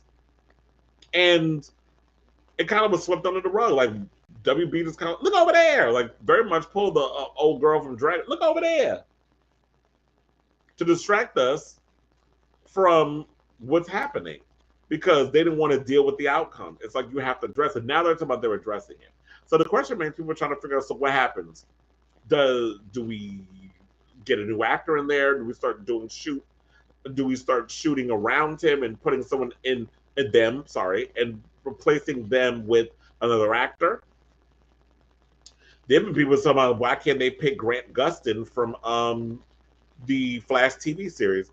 Can I be honest? I have not watched the Flash TV show since season 4, I think. I stopped watching. The show just got horrible over the seasons, and CW has a tendency of doing that. I think y'all wear yourselves relatively thin when y'all continue to do these 22 episode seasons, and then y'all stick like 7 episodes of filler in there because y'all don't have a storyline that y'all want to really go with, so y'all just throw a bunch of bullshit in there. And it's like, why am I still watching this? Oh, because I've invested so many seasons. But I bailed. Like, I stopped watching a lot of those CW shows a long time ago. I just can't. A lot of those shows are bad. And I liked the Flash in the beginning, but then it just went off the rails, but I couldn't even invest anymore. So I think Grant Gustin would be a great idea to kind of bring him in there. The problem is Hollywood has this thing where y'all don't take TV actors and movie actors. They're still in that old regard of, oh, you can't put a TV actor in a big movie. I'm like, you can't, because we got a lot of movie stars who are doing streaming service type stuff. Like, you literally have Oscar Isaac on Disney Plus in a 6-episode show that is, everybody's talking about, like the best superhero show on TV in a long time. You literally had John Cena do a whole TV series over on HBO Max. You got Nicole Kidman popping up all over everybody's TV in a new show every other week, or every couple of months, I should say. So if A-list actresses and actors can pop up on television and do these big tentpole projects or do small TV fare, when back in the day, y'all used to throw y'all nose up at that shit. So then why can't we bring small TV actors over and transition them into the big movie world? Because honestly, in my head, I can't think of who would be a possibility to replace Ezra. Have Ezra get the help that they need, and then see if like they can work out whatever mental issues or whatever issues they got going on. Because clearly it's something. He can't drink. Apparently, they can't drink alcohol, and the alcohol or whatever. I don't know if you mix the drugs or whatever with it, but apparently you're not someone who can handle your alcohol fairly well. So good luck to you, Ezra. We'll be keeping an eye on this story as it develops. And I don't know. If they get the help that they need, I think there's room for them to grow and this, that, and the third. But yeah, there's been too many incidences, too much craziness going on where you can't just keep getting a smack on the hand and look over there. Like, we can't keep doing that and then expecting this big cloud not be hovering over Warner Brothers and us not talk about it. So yeah, and I like Ezra Miller. I like them in We Need to Talk About Kevin. I like them in The Perks of Being a Wallflower. I love that movie. Ezra Miller's a great actor. I ain't watching the Fantastic. I don't like J.K. Rowling. I've never really gotten into the whole Harry Potter shit. That was more or less my younger brother. He was more or less into the whole Harry Potter stuff. Never could get into that whole stupid magic wand Wingardium Leviosa bullshit. Could never get into that. Yes, I'm aware of it. I know the pop culture references. I've seen the movies. When I was a kid, I would go to the movies and watch them with my younger brother. So yes, I'm aware of the Harry Potter phenomenon. But these Fantastic Beasts, I would hear mixed reviews. I was like, if the Hermione's in them, if it's not what I've invested myself into, I'm not trying to do that shit anymore with a whole spinoff. I just don't care. So yeah, we'll keep it. Excuse me. I'll keep you abreast of the story as it develops. So let's talk about Sherry Pie, because apparently Miss Thing is trying to make a comeback in the industry, and people are pissed all the way off. I was going to see if I could bring up, just give me a second, the video of not even the video. I'm sorry. And I heard the story about there was a arsonist that set fire to a Rash bar. I think it's in Brooklyn. It's a gay bar, where someone had tried to set fire to the place. So now we're still dealing with homophobia in 2022. But I was trying to look for the Sherry Pie because a friend of mine, Michael Cook, wrote an article on Instinct talking to one of Sherry's victims. And now that I found it, now I can get into the story because I was stalling. How did I do? But anyway, so yeah, let's get to Miss Sherry Pie. So this came out on April 1st. I had no idea that Sherry Pie was looking to come back and all this other stuff. I had forgotten all about her. You know, they did the Tamara Hall video where, you know, Tamara Hall told to the victims and the other. And I think Tamara Hall interviewed Sherry as well, if I remember correctly. Because, you know, I get so much information I'm passing through, I can't remember everything. So, for those of you who don't remember, over a 10-year period, Pie, Sherry, posed as a casting assistant or casting director advising other young actors on their careers. That also often involved convincing actors to film audition scenes at least partially nude and recite a sexually suggestive monologue. Now, for the just after the premiere of RuPaul's Drag Race, and you know, they split season 12 into 2 parts. So Sherry Pie didn't appear until episode 2. Now, days before episode 2 aired, a couple of people who were victimized by Sherry Pie came forward with their stories of saying how she coerced and manipulated them. Now, when the producers got wind of it, because they weren't aware, apparently y'all didn't do a good enough background check. I'm sure somebody was fired for not doing a strong enough background check. So producers of the show fired Sherry Pie in response to the allegations, and they went and did their best to edit as much of Sherry Pie out of the show. In that, you know, they basically did whatever, you know, they did their best to edit Sherry out of the show. And I think if Sherry was not accused of all this, people were saying that she was pretty much positioned to win that season. I think Simone won that season, if I'm not mistaken. I do have a clip of myself talking about Sherry back in the Dizzy. But before we get to that, this is what Sherry wrote, and She was dressed as a clown.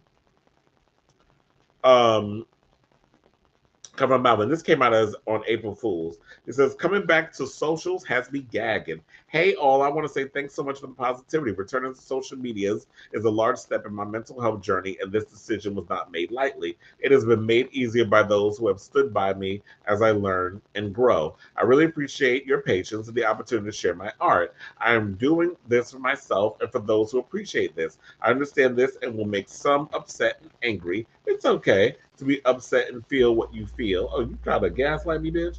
I can only say I am a flawed human being doing my best to be a better person. I'm a work in progress. And thank you. Well, honey, y'all better hide your agents and hide your this. But anyway, so let me get to this clip and then we'll come back and talk about it. So, oh, thank you for putting up that picture. Roll that clip.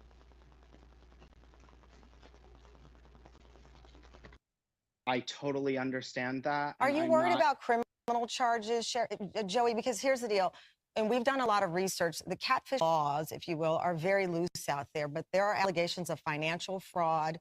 There are allegations that in the hands of certain prosecutors could end up with either civil or potentially criminal investigations. Are you prepared for that? I'm prepared to take any responsibility. Listen, when everything kind of happened, I'm not here to hide. Do you know what I mean? Mm-hmm. I didn't want to be somebody who was accused of something and who just kept denying. This wasn't something that I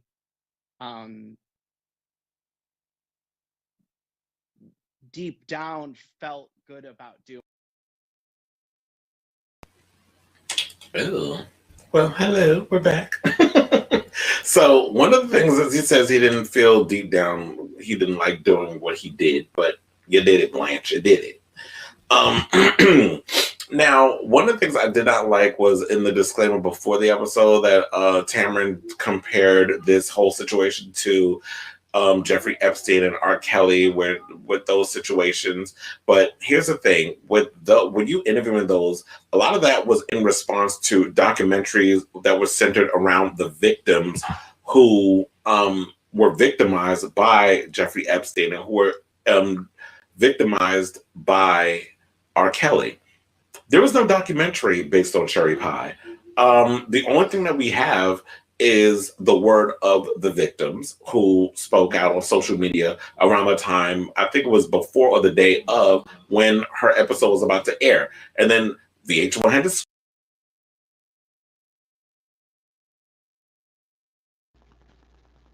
Now I'm grown since I did that last video. Now, yeah, do I think she deserves to get a comeback? Well, one of the a friend of mine, Michael Cook, did speak to musical theater actor Ben Shimkiss, and this was over, I think, in 2021, about his experience with Sherry, and no story on Sherry Pie's attempt at an emergence would be appropriate, without the victims. And now Ben told him, when he did this article, so this is recent that he said this. He said, "It's pathetic. I'm hurt. All the victims have to deal with this every couple of months. The victims have asked her to stop multiple times. She isn't listening." He went on to say, "I am horrified by her fans. Her comment section is wild because of the work of victims. Sherry Pie has only been known as a predator her entire life, her entire time on Drag Race. She never had a moment where her personality was shining through because the show edited her out of most of the final cut." Shipkins ended by saying, "When people celebrate her, they are celebrating someone's ability to harass others. They aren't celebrating her drag, and even if they were, Sherry and Allison worked in tandem. The drag was a big part of her manipulation. They cannot be separated." So, when this article, I'm going to scroll back up. This is over on Instinct if you want to read the rest of the article. This was written on April 3rd. So, Miss Thing went on YouTube and posted something like April Fools. So a lot of people was like posting and even wrote on Out, because Out wrote an article. Somebody wrote, "Oh, this is not a funny April Fool's joke," or whatever the case was. And Out was like, "This ain't an April Fool's joke. Like, this is for real." So, unfortunately, Sherry trying to make a comeback. Now, everybody needs a second chance, blah, blah, blah, so on and so forth. But does Sherry Pie need to be coming back to drag? No. I think you need to find a new career sorry, but when I can understand, like, if you're an artist and there's that, but you use your artistry to prey on people. It's kind of like, should R. Kelly be out here making music? No, leave his ass in jail. In fact, put him under the jail. He ain't never getting out. Yeah, he made his money, had his whole legacy. I know a lot of people say separate the artists from the crazy shit, but if you really listen to R. Kelly's music, a lot of his songs was written off of some predatorial shit that he did to a lot of children, a lot of young girls and allegedly some boys. So we can't separate, unfortunately, the art from the man because this is all we know of Sherry Pie. And some of the Twitterers were, this is what they wrote. Enviable Eris wrote, Sherry Pie, the fan base is so eager to support a known predator, you make me sick. Rhea Sunsissy wrote, Sherry Pie continued to work gigs and now returning to social media is all the proof I need that cancel culture doesn't fucking exist and y'all will always put a predator in the spotlight.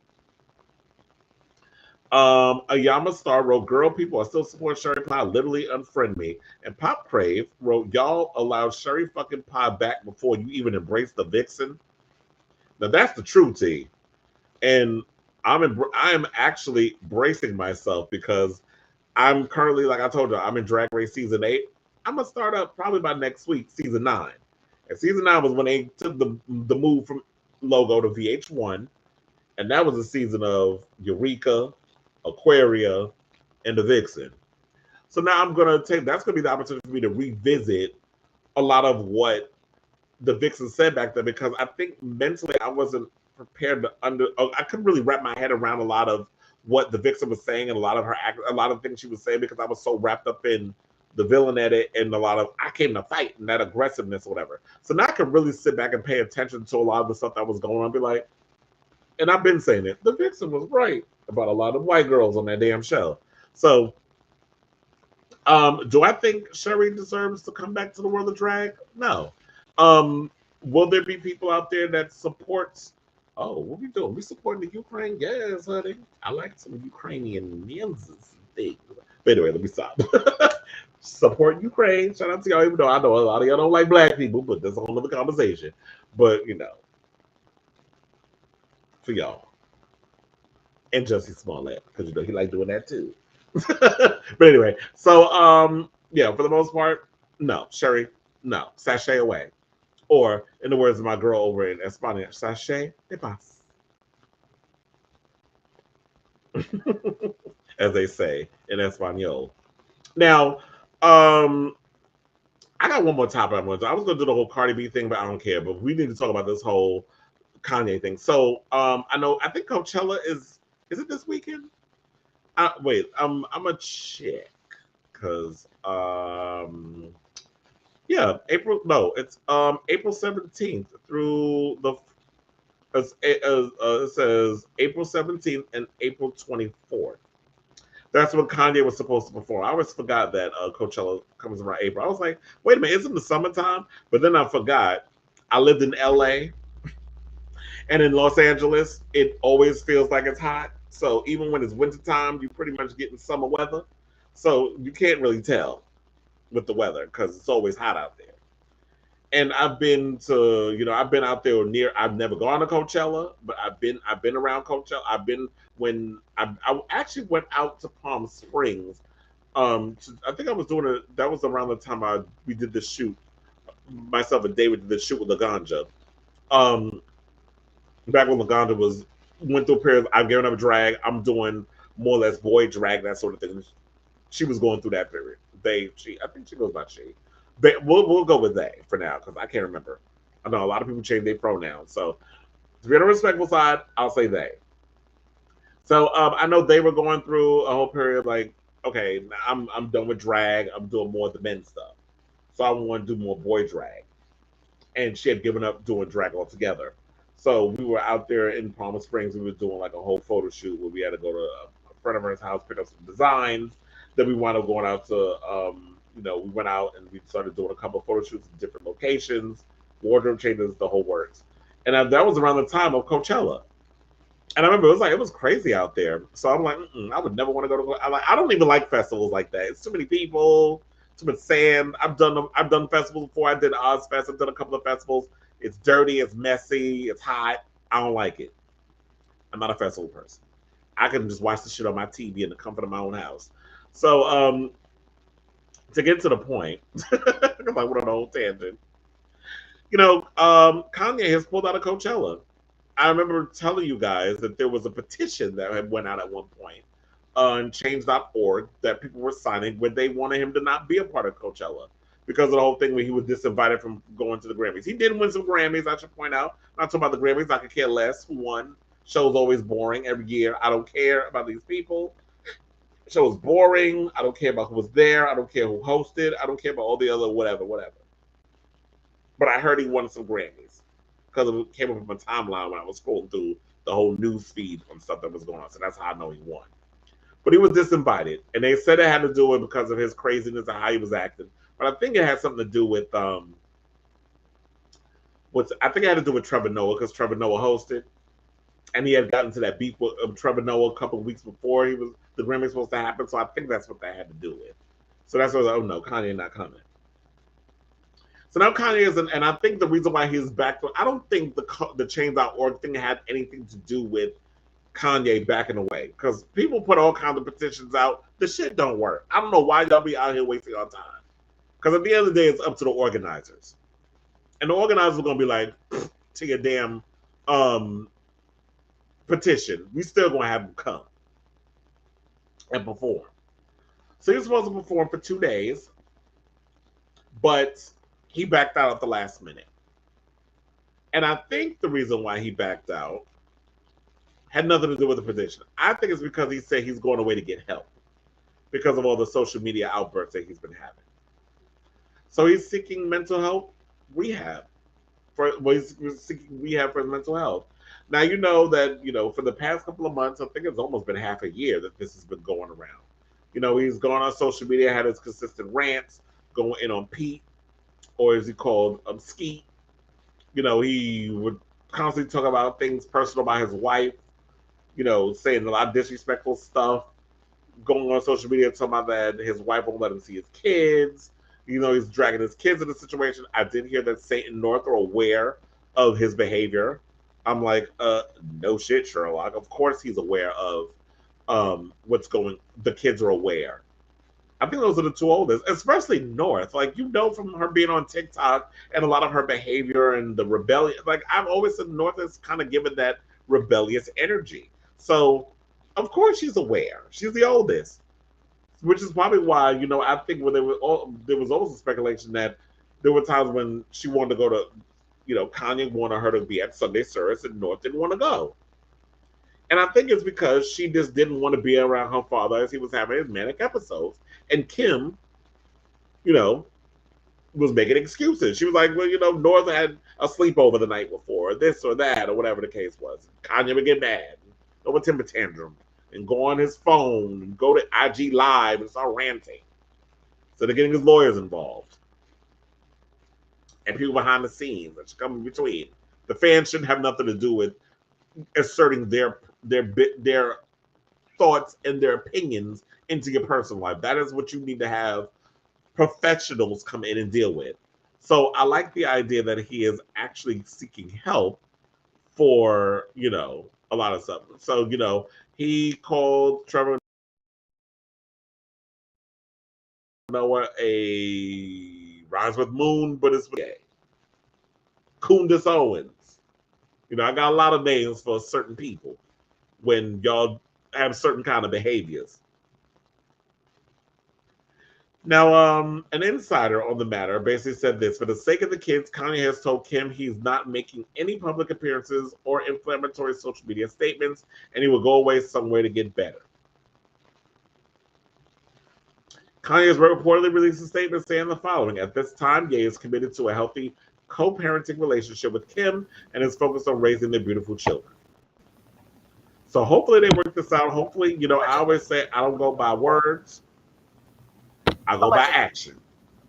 Yeah, we'll say alleged. And try to get sued. What I say. And I said that too, but we're still going to say alleged. So with this, I would say this. I don't go by words, I go by actions. Because a lot of people say a lot of stuff and don't mean it and don't stick with their word. So, Kanye, I really hope that you're going out to get better and you're going to take care of what you need to take care of. Now, I know why y'all wondering, why are we looking at The Weeknd? Why The Weeknd keep popping up in pictures with Kanye? Because The Weeknd has been tapped to replace Kanye at Coachella. Not only him, but Swedish House Mafia, who I heard has never really released, and this was weird, this was news to me. I'm like, wait, I've been following Swedish House Mafia for years. I remember they broke up at one point, now they got back together. But they said they never put out a full-length album. I thought they did. So what the fuck was I listening to? A bunch of y'all mixed? A bunch of y'all like DJ sets on Apple Music? Like, was that what I was? I thought they literally put out a full-length album. But they said no, they never did it. And I hear it's coming out. Or it might be out. I'm not sure. I have to check. No comment. I told you I can't remember every damn thing. And I got a whole encyclopedia information up here, but everything, I can't be on it with everything. But the latest gag, so this is great. I don't know. Me personally, I'm not a big Abel fan. You know, his real name is Abel. The Weeknd. However, he's put out a couple of songs that are cute or whatever, but I'm not a big Weeknd fan. But I guess it's appropriate to kind of have him because he and Kanye kind of do similar music. Whereas Kanye he does hip hop, but he also does electronic and he experiments with a lot of his sound. The Weeknd is very much someone who experiments with his music as well. So you could get a whole lot of bang for your buck. Choreography, weird shit with him and his outfits and his look. You know, he always has to make himself look weird.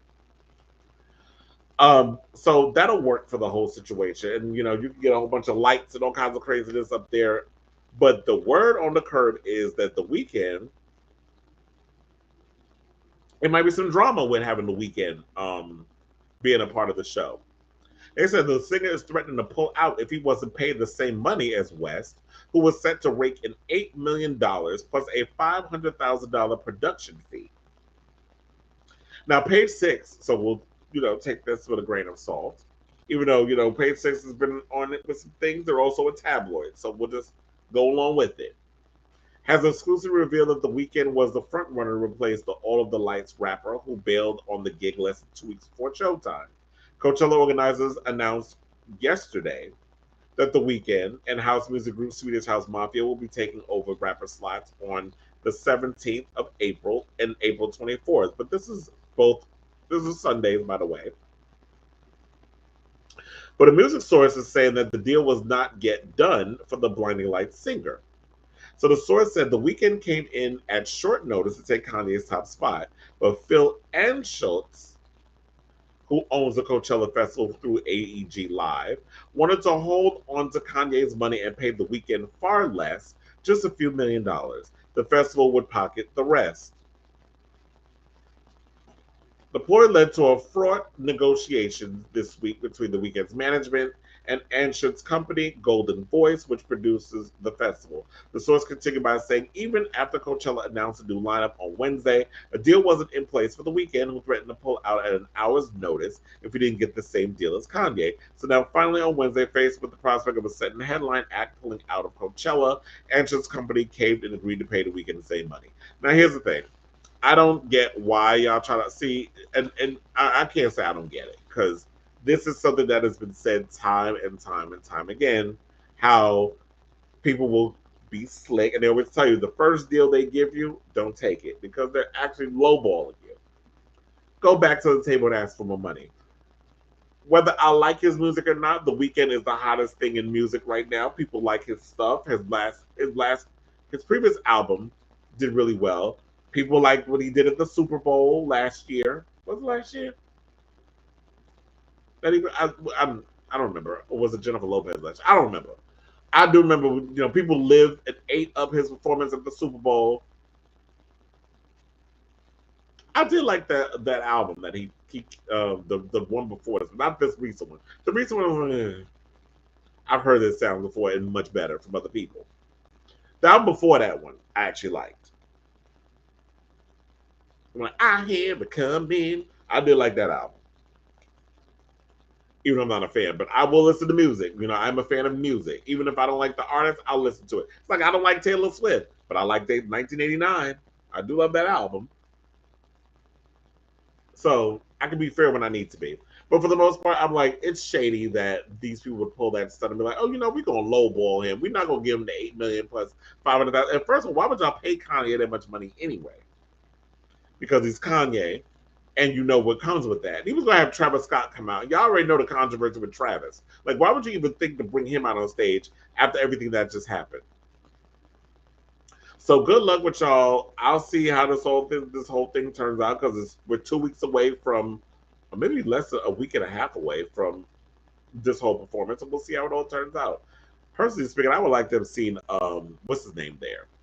I would like to have seen Daft Punk, but they retired, so it is what it is. But anyway, so what we're gonna do is we're gonna play y'all this trailer of Bad Boys Club, not Bad Boys, but you see on Zeus TV. We're gonna talk about the original Bad Boys Club, the one that's produced by Kerrion over that does the Come Up and all of those. He got the Come Up Miami currently airing, and child, that new season is a hot ass mess. Y'all should be watching. These are YouTube reality shows. So I know a lot of people, oh, let's go pay for this. Y'all can go on to YouTube, watch a lot of these free shows. They be giving what needs to be gave. So shout out to them. Shout out to Kerrion with all he's doing. Shout out to Chasing Reality. I don't know if y'all watch. Well, I should say Chasing Atlanta. Chasing Reality is the thing, but Chasing Atlanta. This new season is everything. Season 5. Y'all should be watching that. I would say watch. What's this new show that y'all were trying to get me audition for? But I'm like, if I say some shit and somebody put their hands on me, it's a wrap. Because I'm not going on those shows if people are just going to be like, you need to come at me with the hands. I can't even remember the title of this show because it always takes them. New episodes come out at once every 6 months. I don't know why you stress some shit out so much, Nunu, but people gonna keep passing you by because you take too long between episodes. Like he just aired the 3rd part of the Atlanta one. They still on this damn retreat, and they've been on that retreat for like 3 months since Drag Race started. No shade, just saying. I know y'all laughing because I know I'm telling the truth. But anyway, let's play this damn trailer because we way over 2 hours anyway. So yeah, y'all need to watch this mess. Roll this foot. I know y'all gonna be tuning in like right along with me. The gays are carrying.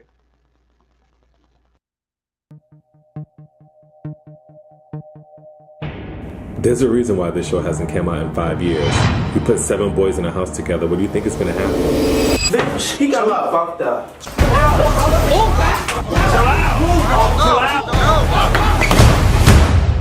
And this season on the Bad Boys Club.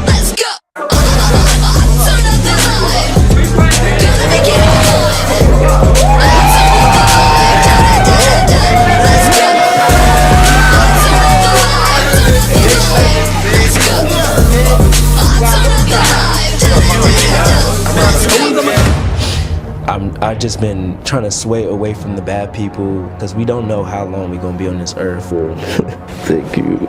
I don't want it to seem like I'm taking out what I'm going through. It's a time and place for certain shit. I feel like our connection is deeper than theirs. It is. Oh my God. And you're still leaving and I'm still here. You don't want nothing with me. But guess what, bitch? I still knock that ass in the fucking face.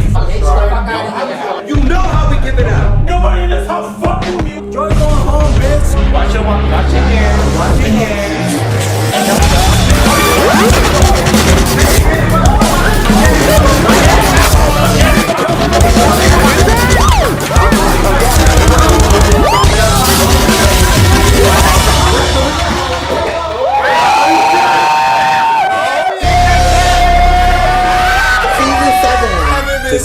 Season 7! The original Bad Boys Club airing this May only on Gemini Films.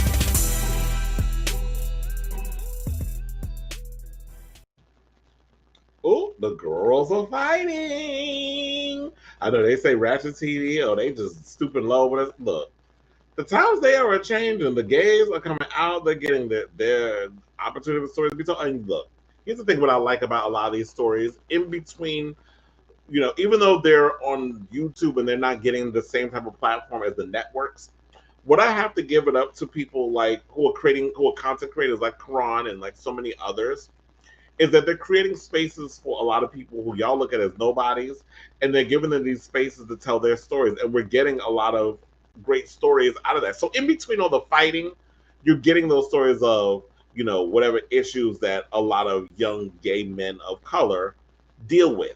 So I'm hoping that in between all the fighting that these stories will be getting explored. And I see Just Hollywood from the Come Up last season.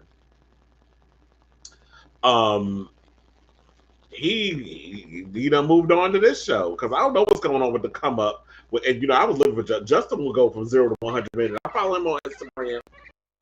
He went, and you know, on his season went from 0 to 100 real quick on that show, and I'm glad to see that Kerrion brought him over, because he's eye candy, and the boy always got thirst trap photos on his Instagram. So if y'all don't follow Just Hollywood, just saying.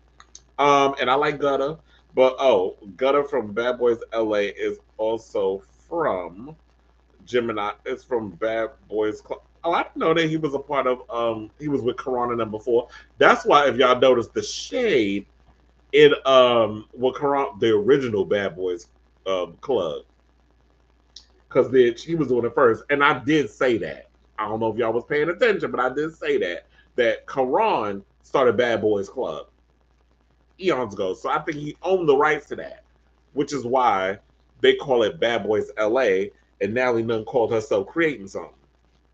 Girl already existed, but just on the YouTube. But anyway, on that note, I'm going to bid adieu to you all. Thank you all for watching. I know it's a long-ass episode, but we had a lot to talk about.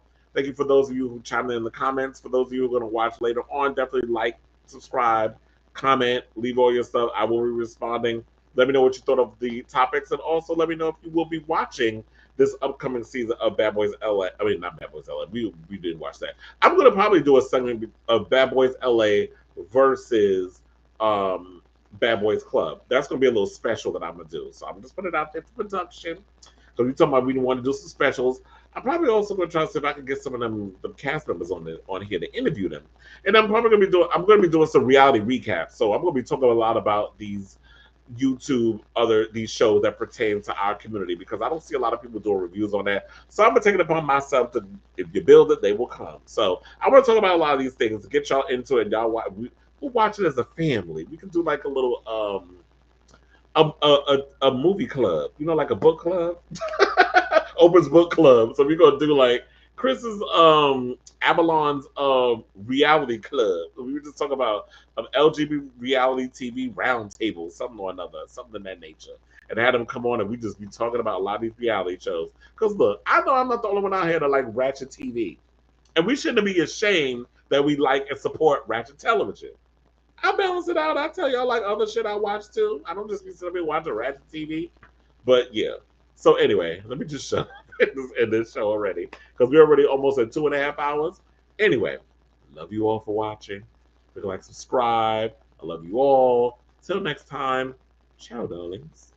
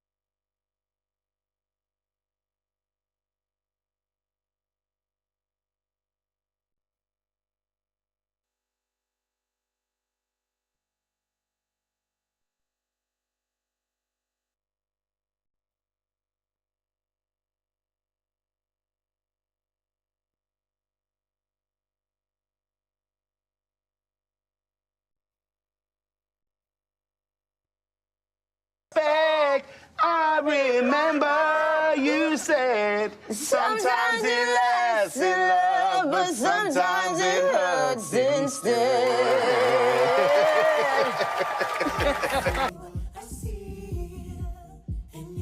This is for faggots.